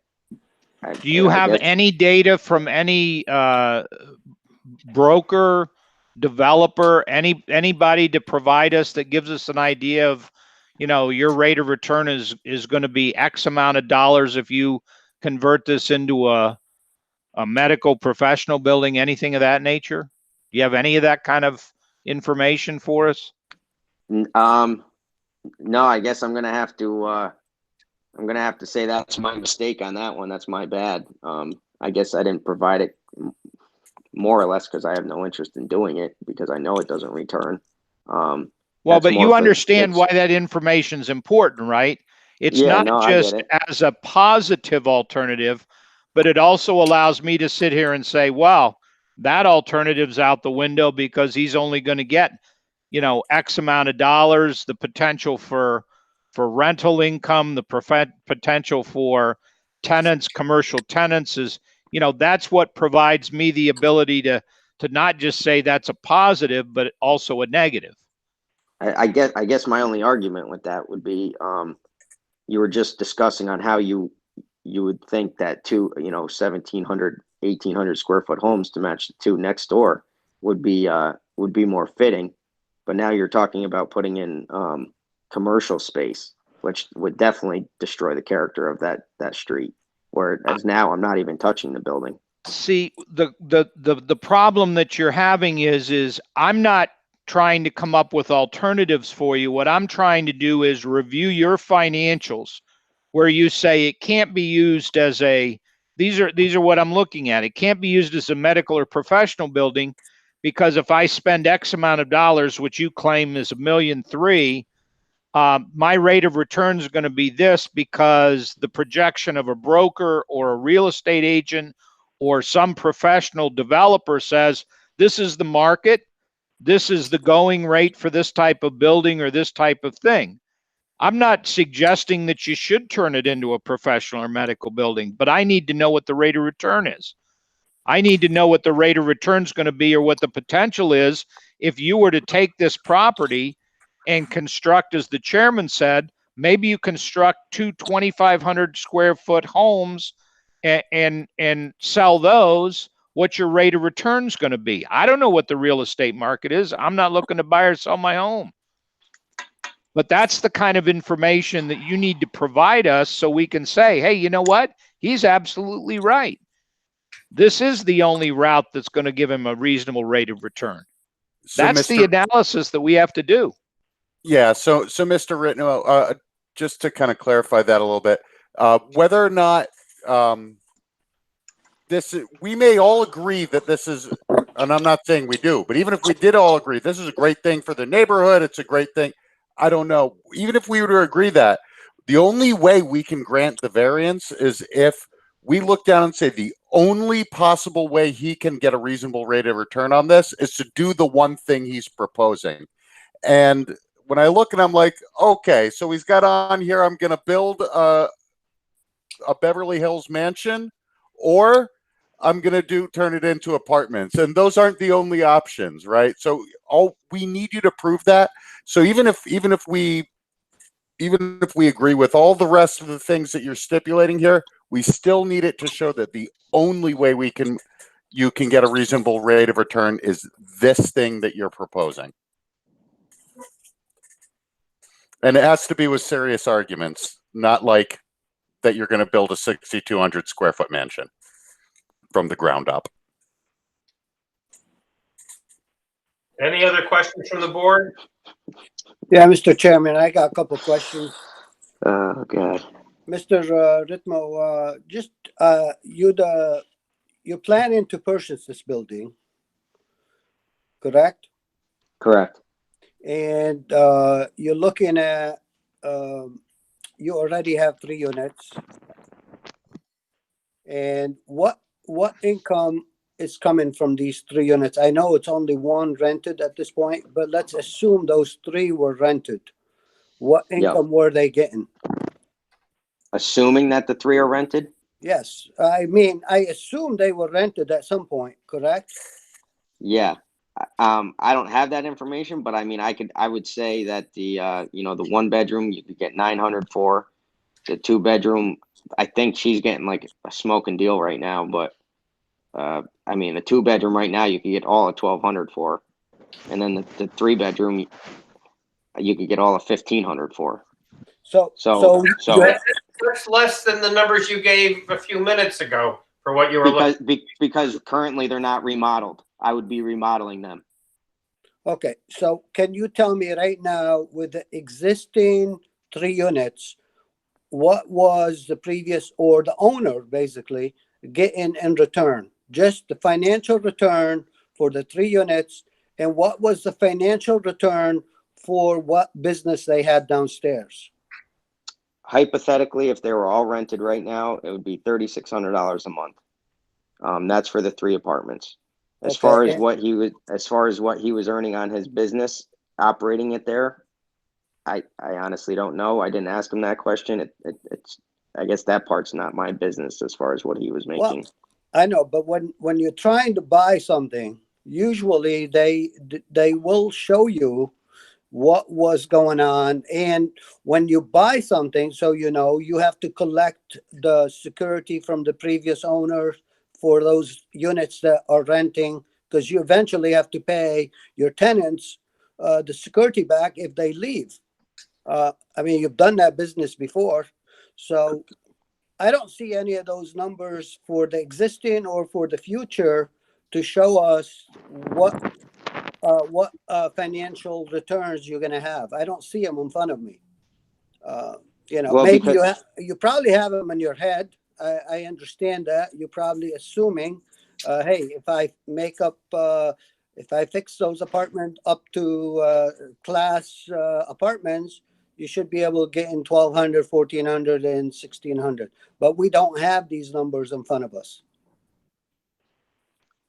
How do you want me to produce those numbers? Because right now there's no sense in him renting those apartments because Well- he's trying to sell the building. And then I would just kick the tenants out anyway to do a rehab. Okay, so those 3 apartments, they were rented at some point. If they weren't rented at some point, then you're gonna have a problem renting these apartments as is.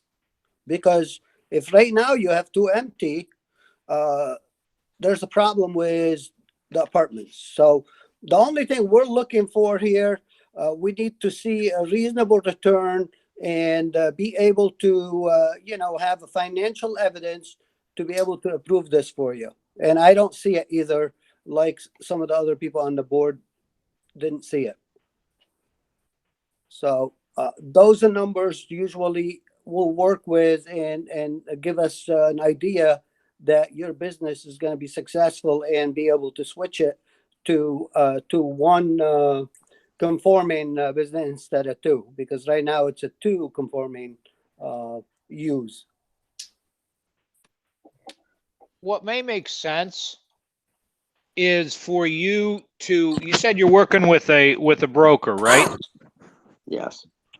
What may make sense is to go to your broker and say, look, let me pose these scenarios. You rehab the place, you create 6 apartments, here's what you reasonably feel, or your broker says this is what you could get for rental for those 6 places.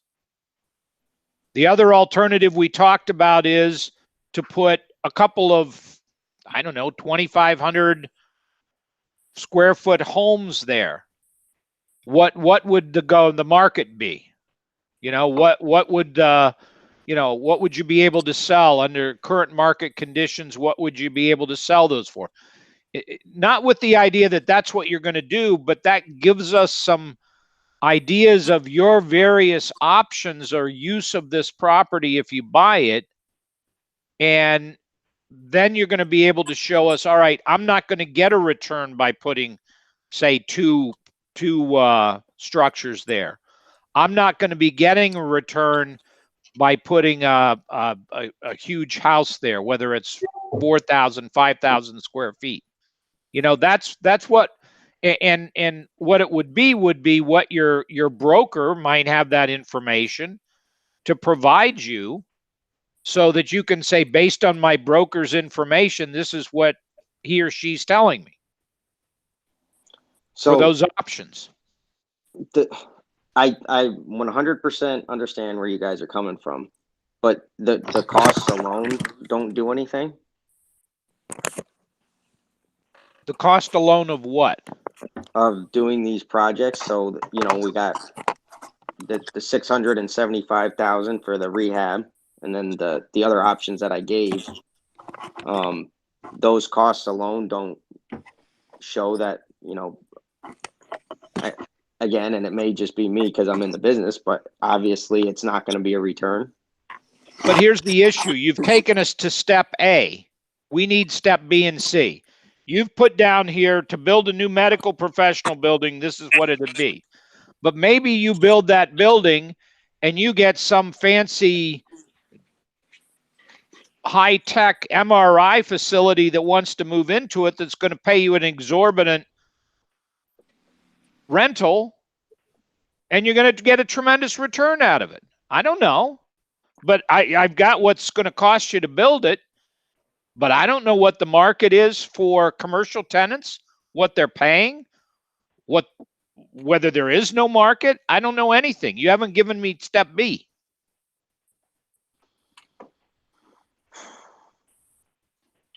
Do you understand what I'm saying? Yeah, it's like saying this is what it's going to cost me to build the big home, but what if I can sell the big home? You're saying it's $1.1 million, to put up a new single family home. What if somebody comes along and ends up paying, $1.6 million for that? I wouldn't do it for $100,000. I'll tell you that. Well, but you're missing my point.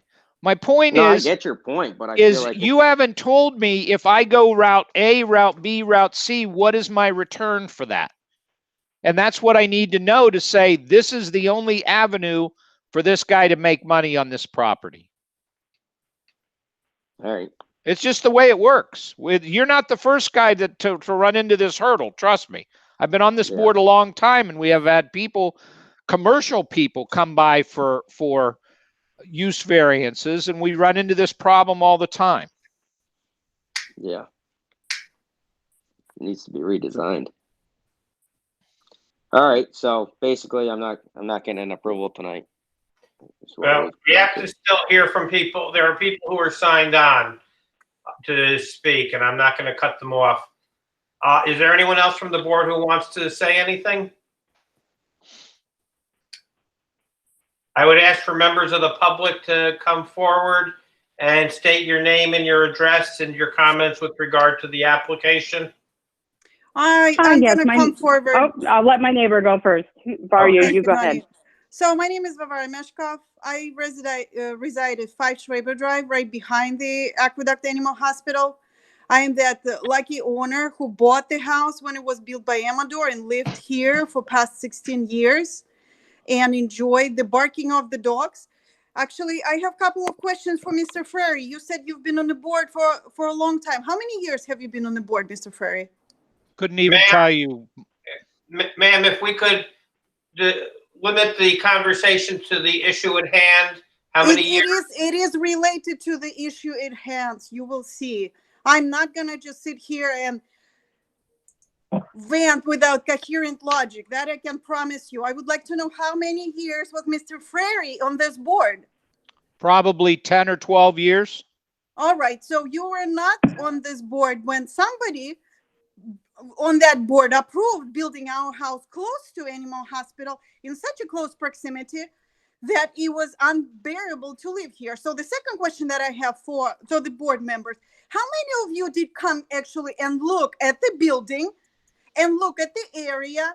You are talking about reasonable rate of return, and that's such a fancy phrase, but I have to tell you, down the road, if you would like to know, there are 2 medical buildings. One is the old one, and one is a 4-story medical building, which was built a few years ago. There is no need in medical building. This is a residential facility, and we are raising our children here. And I do not want my kids to be exposed to traffic constantly going back and forth. I don't need a medical building here for any reasonable rate of return. I could care less. He cannot build 2 2,500 square feet houses here because there's pond behind it, and there's practically no land to do that. He doesn't have a space enough to build a parking lot more than he can do for those 6 apartments. So you know what? It's not going to work. And if you ever come here and take a look physically, then maybe you would understand rather than just sitting and repeating the same phrase. When he told you about 64 square foot house, you didn't even concern to understand that he is talking about the existing building, which he wants to renovate. You know what? It's really nice to hear all of you guys sitting there and talking about it. None of you actually have any idea what's going on and not have any interest to even consider thinking about what is going on. No one would buy this building, and no one would be able to build any offices here, and shouldn't be.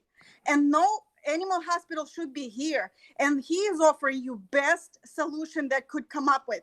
Another best solution would be if the town is going to buy this property, demolish this building and build a small park for us. And there are 60 houses behind that Amador is building. So that's the next question, answer to your question for reasonable rate of return. They are not able to sell those houses because it's too expensive. So you do the math. It's not actually really complicated. It's pretty straightforward. You know what? I just don't have patience for it. I'm sorry. This is ridiculous. And listening to all of that, this is just, you get, everything is getting on my nerves because it's so artificial, superficial. It has nothing to do with the issue intake. What he's proposing is the reasonable thing to do. You don't like it? It's your problem. Come and live here. I would not like it if I sit in my chair, comfortable chair in my home and swing back and forth, and I don't have to deal with it for years. When I couldn't sleep, my kids couldn't sleep, and all of that was complicated. And now it's not getting anywhere. So, ma'am, is it fair to say that you support this application? Oh, I approve this application 100%. That's for sure. Okay, thank you. Can I jump in here as the current owner? Yes. Hi, my name is Matthew Pike. The property, I live at 33 Woodthrush Court in Ballston Spa.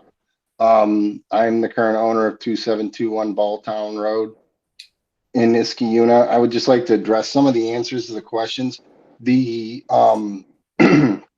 current property sits next to two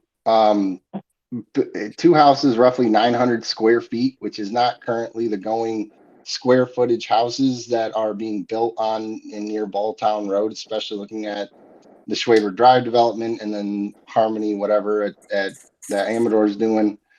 The house next to it sold for $70-something thousand. The other house, it was sold for $110,000. I'd also like to point Mr. Numbers out on there's the house 2820 Balltown Road, which is very close to 2721 Balltown Road, is currently contingent for sale on Realtor.com's app. Maybe it's true, maybe it's not, don't know, but $499,000. That started out at a $1.5 million sale years ago, and obviously the costs of rehabbing the building, the house, and I don't think 400 square feet for a 3.3 acre house is an unreasonable thing to point out. I mean, I think that's actually quite reasonable given the character, the location, the proximity of houses, and the size and shape of the lot. I don't buy this, oh, I'm just going to try to do it. I'm also going to say, this is also, I believe, if I can flip my screen, this is what you're actually talking about, I believe. This is an 8-lot unit that was floated to several developers years ago when I was looking to sell it. This is the only way that it would make it work. As you can see, it takes out all the natural beauty, and it also takes out the pond. The pond is removable according to New York state law. But I got to tell you guys, this floated to several developers, didn't fly numbers-wise. They're talking lots of certain things. You're talking destroying the buildings. I don't think it should be contingent on this guy, Mr. Ritmo, to prove that there is 0% chance, but I'll keep going. You're talking a 6,400 square foot medical facility that has been clearly pointed out that the town doesn't need and would actually be a hindrance on the character of the town or the neighborhood is that you're talking about. You're talking about a 6,400 square foot facility at 250 to 300 square feet, which is actually per square or $300 per square foot, which is actually quite reasonable considering veterinary hospitals are now being built for that much. So if you're talking about keeping a veterinary hospital at that, you're talking 1.92 million, which a return on investment on that's not good. So as far as the people leasing currently, one current apartment is completely unrentable. It is completely gutted. It smells. A previous tenant let their cat urinate all over the floor. Obviously, I inherited long-term renters who work at the animal hospital. Since there's no animal hospital, the only remaining renter is someone who also works at the animal hospital, and that is why their rent is subsidized because I'm a nice guy. I'm also being a nice guy trying to let you guys know that this is the highest and best use, and I do not have the financial means to not rent this. I will not. It is not a financially reasonable thing for me to put anything resembling an animal hospital literally 2 minutes from my current facility. I don't think the board should expect me to do that. You're talking a high-tech company. You're talking a high-tech animal, you know, the 14,000 square feet facility I just purchased because you guys wouldn't let me build here was previously rented at $16,000 a month roughly. I can send you that paperwork if you want.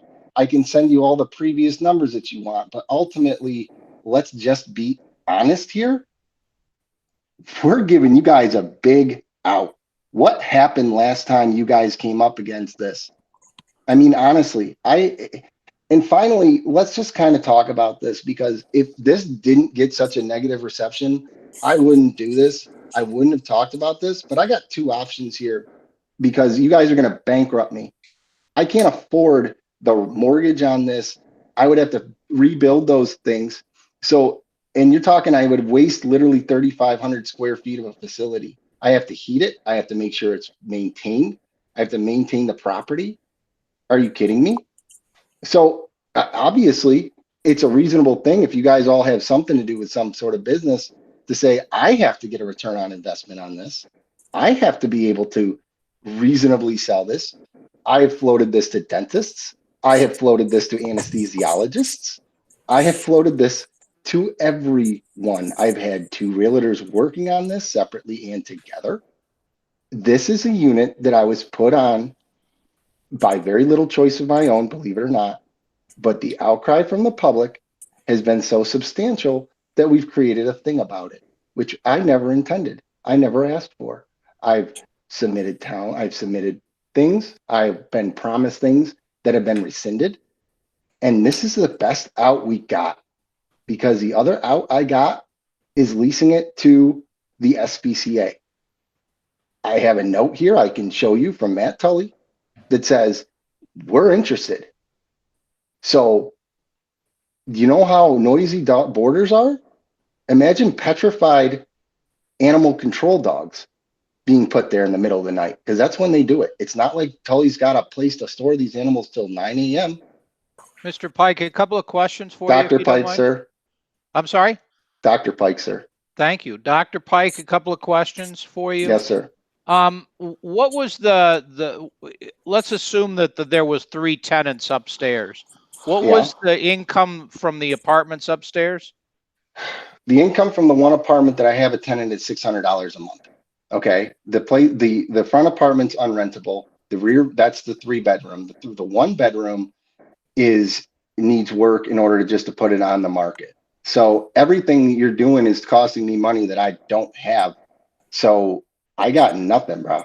Okay, just Dr. Pike, just so you're aware, New York law requires us to go through a criteria to grant a use variance. Okay, I'm down with that.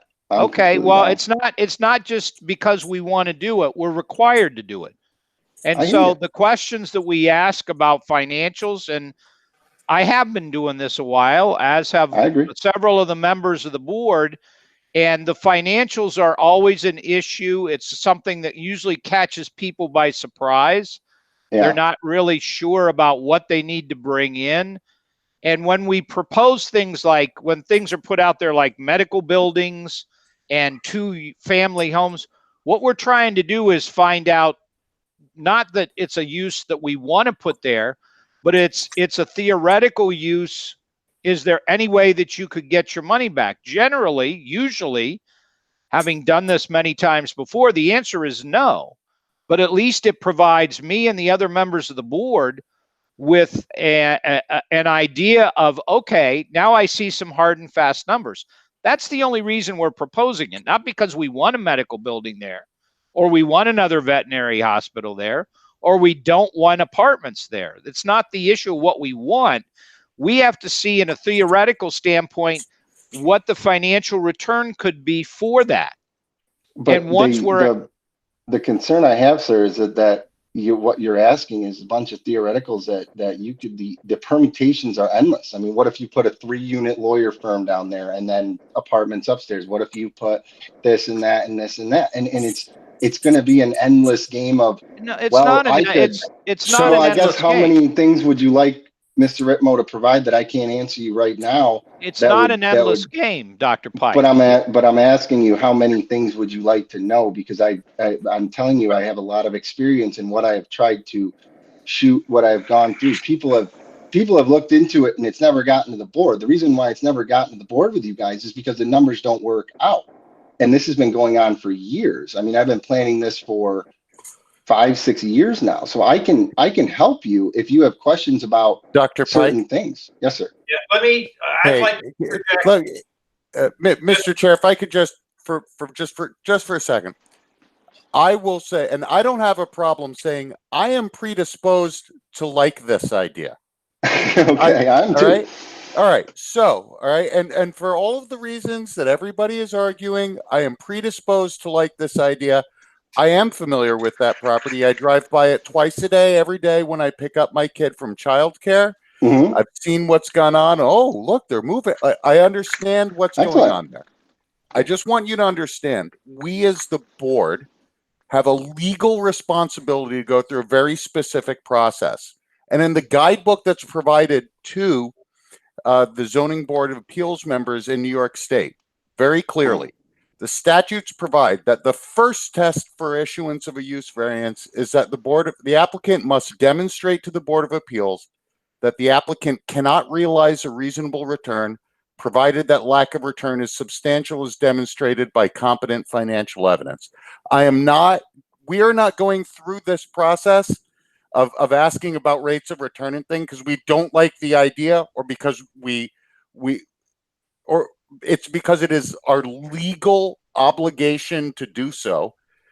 That is the only reason we're going through it. So Alex and Dr. Pike, Mr. Ritmo and Dr. Pike, you're right. I'm not a real estate developer. I may not understand all these things, but I need you to lay it out for me in a way that I understand and go, you know what? It's the only way they can make money here. I like the idea. And then we have the ability to move forward. But we have a legal requirement. The first thing we can do before we're even allowed to go on to whether there's environmental impacts or whatever is this the only financial way to make this property work. That's not my choice. That's not my determination. What would That's New be York State law. considered? I'm going to just say that we're talking about why is the board looking at medical professional buildings? Why? Because that was put in the application. The board members did not pull that out of the air. It was actually in the application to compare it. So when the questions are being asked with regard to what's in the application, those are fair questions that are required by the due diligence that this board is required to do under state law. With use variances, it is not whether or not we like the project personally, it's whether or not we can make a justification for it under the requirements of statute, which is what these board members are doing with the questions they're asking. Okay. Anyone else from the, I see other members. I mean, I guess my question would be is if we can help you fulfill that legal requirement, and you are for that, I am all for ears on what you actually need, because at this point what I'm saying is that if you're talking about financial loss and everything with this proposal, does the board consider mine? Because it seems like you're talking about the owner of the property, this is Mr. Ritmo's idea, then would represent my best idea for the best use of this property. And the burden would be on me to show that I would be the one losing out. And believe me, that's not hard to find. I mean, it's my financials on this is appalling when you take into the account of taxes and maintenance and everything like that. Not very difficult to prove there. So if we're talking about a financial thing, I mean, I hope Mr. Ritmo's plans are fine, and I think they are. I think, like I said, you're talking about financial opportunity. There's no reasonable return of investment for me on this in any other form except something you don't want, which further does to use or whatever, breaking the law twice or whatever it is, two non-conforming uses. To continue that would be a financial burden on me. And what we look for and what we're required to look at is what is to allow a property owner to get a reasonable rate of return if that cannot be done under the requirements of the zoning ordinance. And that's when we can grant a use variance. And there are ideas that I have that I haven't heard anyone say, but before I get into things, I want to, sir, if you're done, I want to give other members of the public the right to speak as well. Yeah. Okay. Thank you, Dr. Pike. Hi, everybody. I'm a neighbor on Balltown Road. I am not one of the 2 homes, but I live 3 houses down closest to the SI group. My home is not $70,000. My home is over $200,000. And I would just like to say that I'm totally for making it a residential property. I'm not against the apartments, but my strain comes from the traffic on Balltown Road. Living on Balltown Road is already very difficult to make a left or a right turn. There's no zoning or ordinance for parking on Balltown, and to pull out of my driveway is very challenging. People are coming up that hill at 55. Right now, the animal hospital, there was no permanent parking, so people flowed in and out. But the addition of 3 more apartments plus the 2 that are unoccupied, what will the parking look like? Are they, Mr. Ritmo, you said that you would think about adding additional parking. Is that going to the back of the yard, to behind the structure? Are you adding parking spots to the front of the building? I am just very scared for my safety and trying to pull out of a very busy into a very busy road. I just want to make sure that my safety is taken into consideration. Hey, Laura, Laura, is a point of information, Laura, does this have to go back to the planning board once if a variance is granted? Yeah, it would go back to the planning board and they would work on where the parking spaces would get created. So just so you know, it wouldn't just be our review. The planning board for the town would review a number of different things related to it if the variance is granted. And one of those would be parking, traffic, that kind of thing. Okay. I live next to the ARC home and their employees park very close to the edge. I cannot sleep within the left in the morning. The traffic is coming up that hill. I think that should be a consideration for Balltown Road in general and for my safety. I have to leave my house at 5:30 in the morning so that I can avoid the traffic and get out of my driveway safely. I love my home. I love my backyard. It's one of the reasons that I bought this house. I love Niskayuna. There's so much to do. And I would like to see that turn into a much more residential area structure than a business because it's already very busy. Ma'am, would it be fair to say that you believe that the residential structure would have a lower impact on traffic than a business structure has had?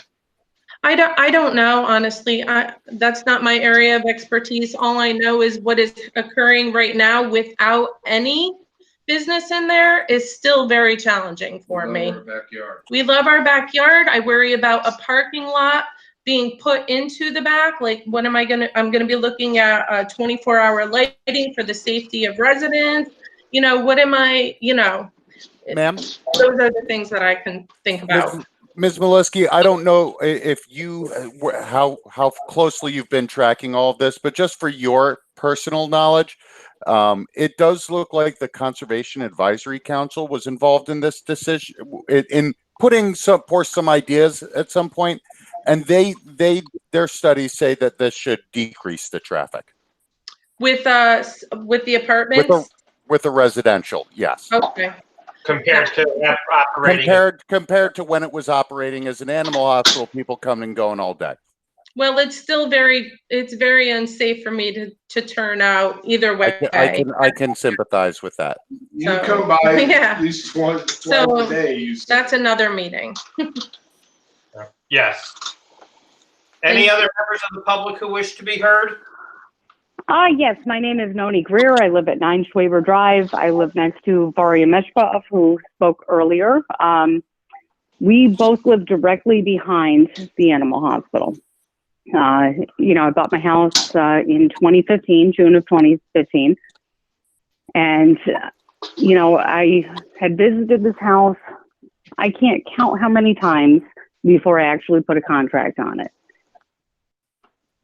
Alex Ritmo buying this property and turning it into residential property and apartments is the best possible solution. I support it 1000%.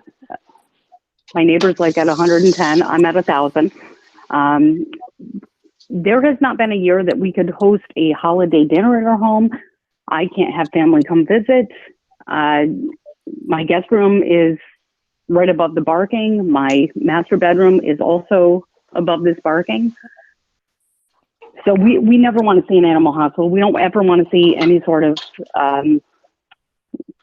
property that hosts any business. We would be glad to have apartments in this area. As far as like the last neighbor who spoke about turning out onto Balltown Road, we all deal with it. I'm coming off a street with a stop sign. It's no better. I can't make a left. I can make a right. I can pull into a parking lot, turn around. The traffic has actually been a lot better without the animal hospital there. I would hate to see anything commercial in this area. My neighbor and I had the pleasure of meeting with Alex on Sunday just to kind of go through the property, hear his ideas. I believe his rental prices are sufficient for Niskayuna, and we support it.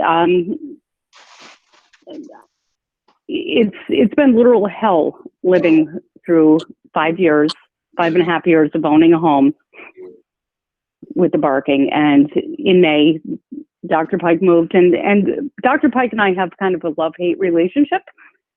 We have met a few times, and we tried to meet with the board a few times just to see what we could come up with. And it was unfortunate. There was really no solution ever brought to the table. But I think keeping this residential, I can't imagine having a doctor's office that's going to be better. Alex's plan proves to me, as much as I know about Nisku, and I also serve on the school board here, as much as I know about this town, I can't see a better solution to this. We support him. Yeah, thank you for your time. Thank you. Yeah. Are there other members of the community who wish to be heard?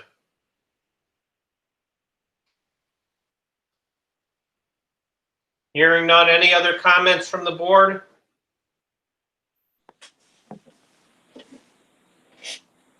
Okay. The first thing we need to do is secret, correct? That's correct. Okay. Anyone wish to make a motion with regard to secret?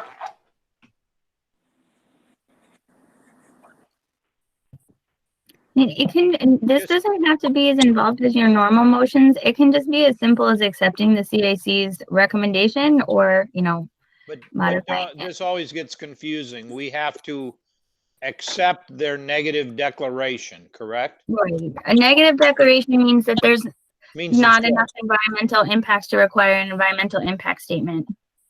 Negative declaration means what the developers like. Yeah, I'll move that we accept the Conservation Commission's negative declaration.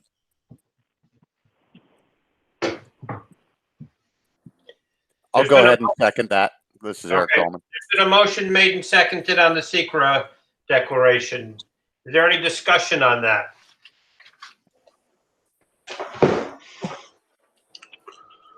Hearing none, I would ask if we could call the roll. Mr. Frary, Yes. Mr. Lateif, Yes. Mr. Dolman, Yes. Mr. Baig, Yes. Mr. Green, On this motion, yes. Mr. Hoke, Yes. Chairman Goodman. Yes, that motion passes.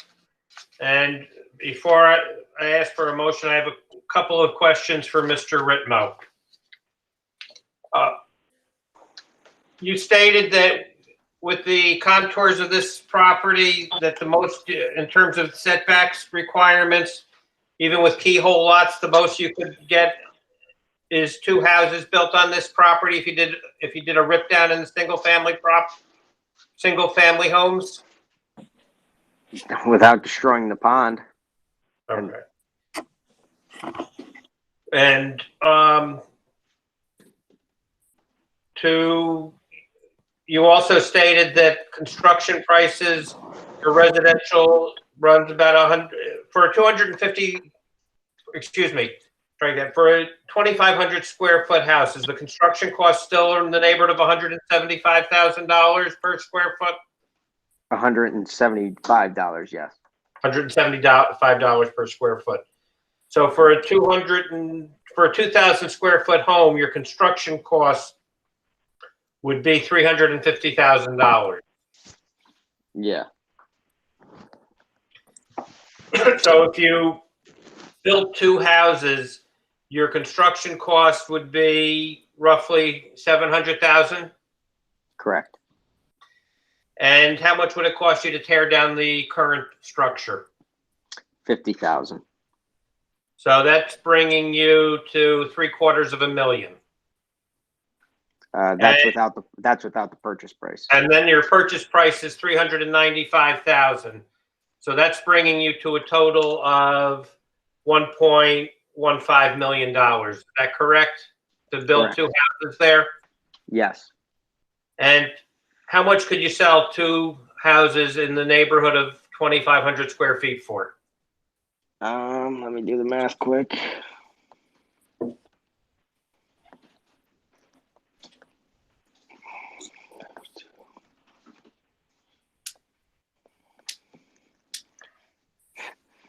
About $950,000. Okay. So with the acquisition cost of the land and the demolition cost and construction cost, if you were to build two houses in the neighborhood of 2,000 to 2,500 square feet, it would actually cost more than what you could sell them for. Is that correct? Yes, sir. Thank you. Mr. Is there Ritmo, any- do you know, I'm sorry. I thought you were done, Fred. Yeah, I am, Mr. Ferrari. Go ahead. Mr. Ritmo, I don't know the age of the current building there. Are there any other unusual circumstances, asbestos, anything like that, that's present there that would cause increased cost to tear it down, to demolish versus just rehab it? Do you know one way or another? I do not know. Obviously, if there was, then yes, it would cost much more. Everything looks like it's been renovated past the asbestos date to turn it Okay, into so the you don't office. anticipate, at least as you sit here today, running into that type of impediment when you start doing either a gut of the veterinary hospital or if you had to demolishing the house. Correct. I mean, obviously, you don't know what you run into until you start doing that, but right now you don't anticipate. Yeah, but by eye, I don't see anything visible. Okay. I'd have a question for Dr. Pike. Dr. Pike, have you ever discussed with anyone the idea of making a subdivision there? And how many Yes. houses could be put in? How many houses do they tell you could be put in a subdivision? I guess it was sort of dependent. The magic number had to be above 8. And I think the magic number was 10 and they could only fit 8. I don't know if you saw the picture up that I had up. It was from an email. It was from a developer that did that. I'll just pop it up quick. No, This would be. Pop for up me- on my screen. Do you see it? No. You don't. You got to click on it. Do you see me? I see you. Okay. I'm just trying to Dr. turn my. Pike, this is Noni Greer. Hey, Noni. Was this the plans from Paul Nichols? I'm on the phone, so I can't really see. Yes. Okay. Let me try flipping it so I can just show it, but I'm flipping my phone. I mean, it's just the quickest way to. Do you see it? Okay. I don't see it yet. I am sorry then. Hold on. No, I can. I don't know if anybody else. I can see it. Yeah, I can see it too. I can see it. Okay, let me change settings on my computer, see if I can figure it out. Was this with frontage on the Balltown? Yes, that would be with frontage. That's with the frontage on the Balltown, the current shape of the property, the wetlands delineation. I mean, it's and you're also talking about back then. There's you didn't have those properties behind it. You didn't have the Amador development. And the issue is the water table changed as soon as those buildings started going up. And you know, it is what it is, but it's not cool. And I'm sure maybe Noni would know, because I know she's behind. Have you noticed any change in how wet your lawn is? I mean, I could just be talking out of turn, but I thought I noticed something. You're not talking out of turns. I had a major insurance claim recently for some flooding in my basement. Okay. But so, you know, now you're talking potentially something might be changing, and then you know, Amador probably wouldn't like it going in. So I don't know if you'd argue it or not, but you're talking. And then you're talking everything that the neighbor feared was happening would be happening in times 10, because then you got what, 1, 2, 3, 4, 5, 6 houses facing her. And this didn't work financially for people back in the day. I doubt it's any better now. I mean, right. Is that helpful? Yeah, they told you at the time that you could not finance the, strike that. They told you at the time that the size of the development would not be financially feasible with having to put it roads and sewers in. Absolutely. And let me, I mean, to preface that, if it was financially feasible, wouldn't we be standing here talking about that? Well, I just needed to create that for a record to see what the answer was. So thank you. Okay. Any other members of the board have any issue, have anything further to add? I'm not a member of the board, but this is Noni Greer. I would like to remind you that there are 66 houses being built behind our development, and I would say that it's very important. I walk my dog in this new street, and I can hear the traffic from the road. When Dr. Pike was still in the neighborhood, I could hear the barking back there. So I would say if you don't want any more complaints from people, I'd try to limit the sound as much as possible. Okay. Dr. Pike, just one other thing, Fred. Dr. Pike, I know you mentioned about I think it was, one of the organizations was potentially interested in putting boarding dogs there or Yes, whatever. And I'm not advocating that that's an alternative, but again, I'm trying to create a record that would not provide any kind of even modest return for use of the property. Have they ever talked to you about what they would give you, or financially what? It's funny that you should say that. What's the better answer is probably they didn't offer me anything, right? Because that's exactly what they did. They offered me to donate it. Oh, so that okay. All right. There So was the answer never is- any discussion of we'd take this over for X amount, or we'd like. They're. I mean, I have a letter. I mean, I know most people can't see it, but there's a letter from them, and they. So So it was zero. There was a total, just a donation on your. it was a write-off, yeah, and Okay. and it's one of those things where you're like, it's that obviously it's zero for them is a good negotiation point. I applaud them for offering me zero. My name, they said, would be on the door, but you know, Okay. I might be able to negotiate up, but zero is pretty low. Yeah. Thank you. Thank you. Any other questions from the board? I would ask if any board members wish to make a motion. Mr. Chairman, I'd like to make a motion. I move to approve the variance as requested for the following reasons. First off, I want to thank everybody involved here for enduring some reasonably extensive questioning, but it had a purpose, as Mr. Frary just referred to. We need to have a record that we're able to show that this is the only financially feasible way to move forward, or that offers a reasonable return. And I am now personally convinced that there is no other way to achieve a reasonable return by other means. As far as unique circumstances, there's a number of unique circumstances surrounding this. including the unique history of the building, possible environmental circumstances, the condition and specialization of the existing structure. These are all unique circumstances. As far as the essential character of the neighborhood, actually, I don't find that this would be a negative effect on the character of the neighborhood.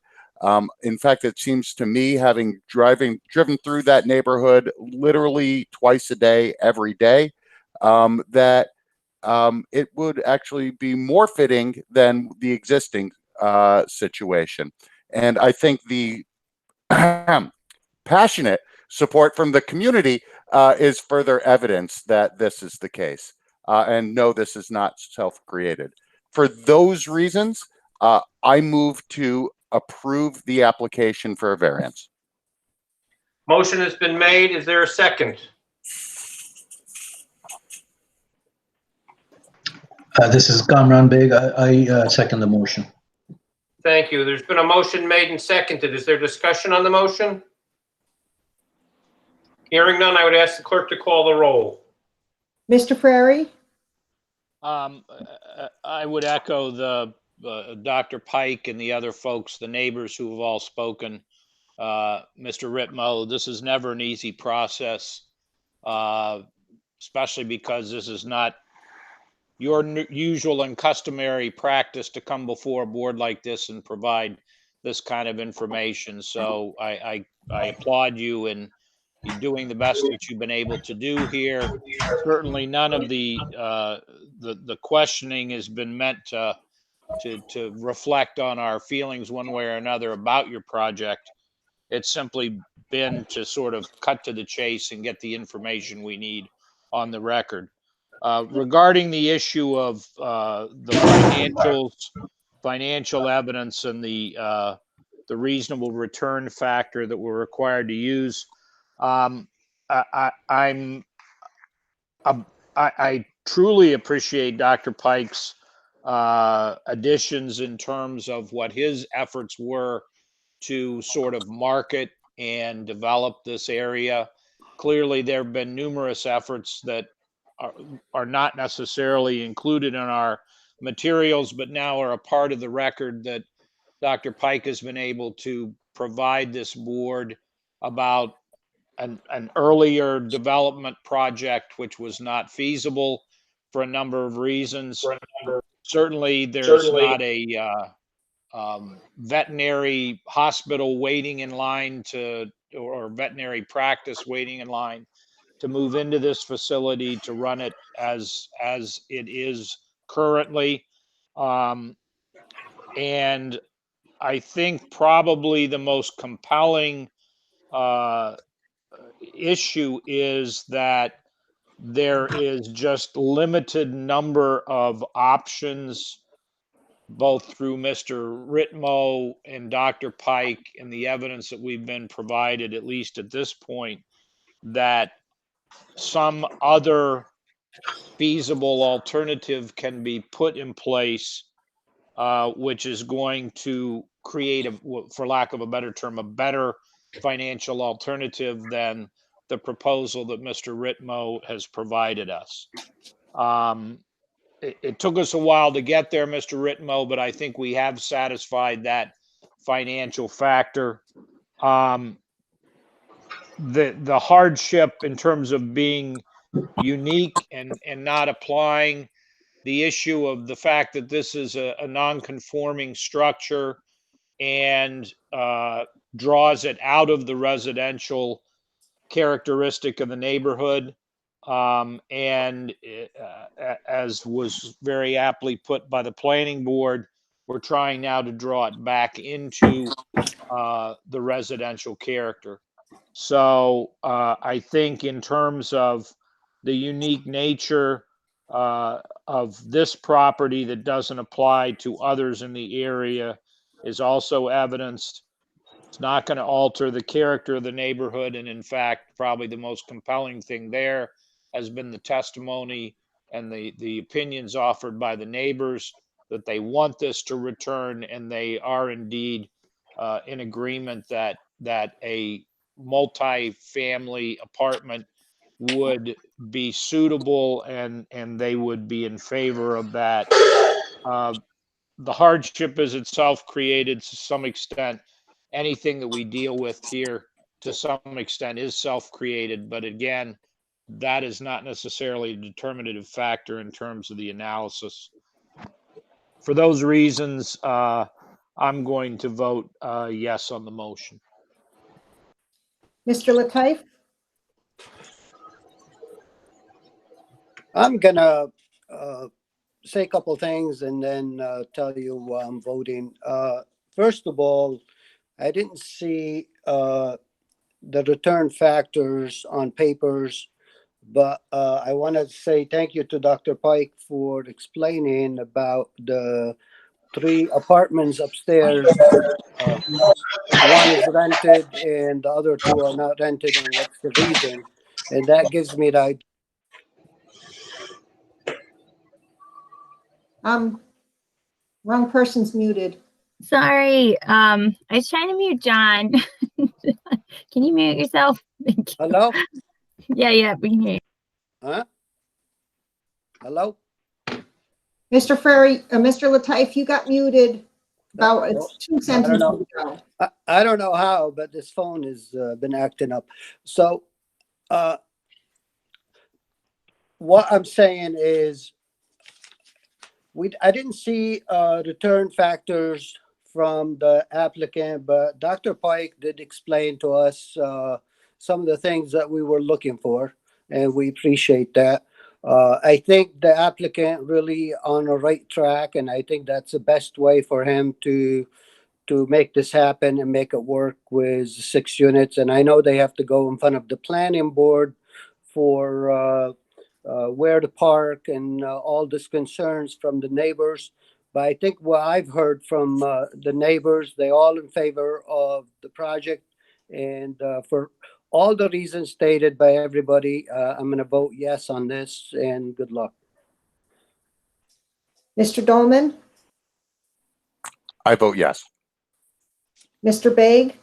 For the reasons already stated. Apologize. I vote yes.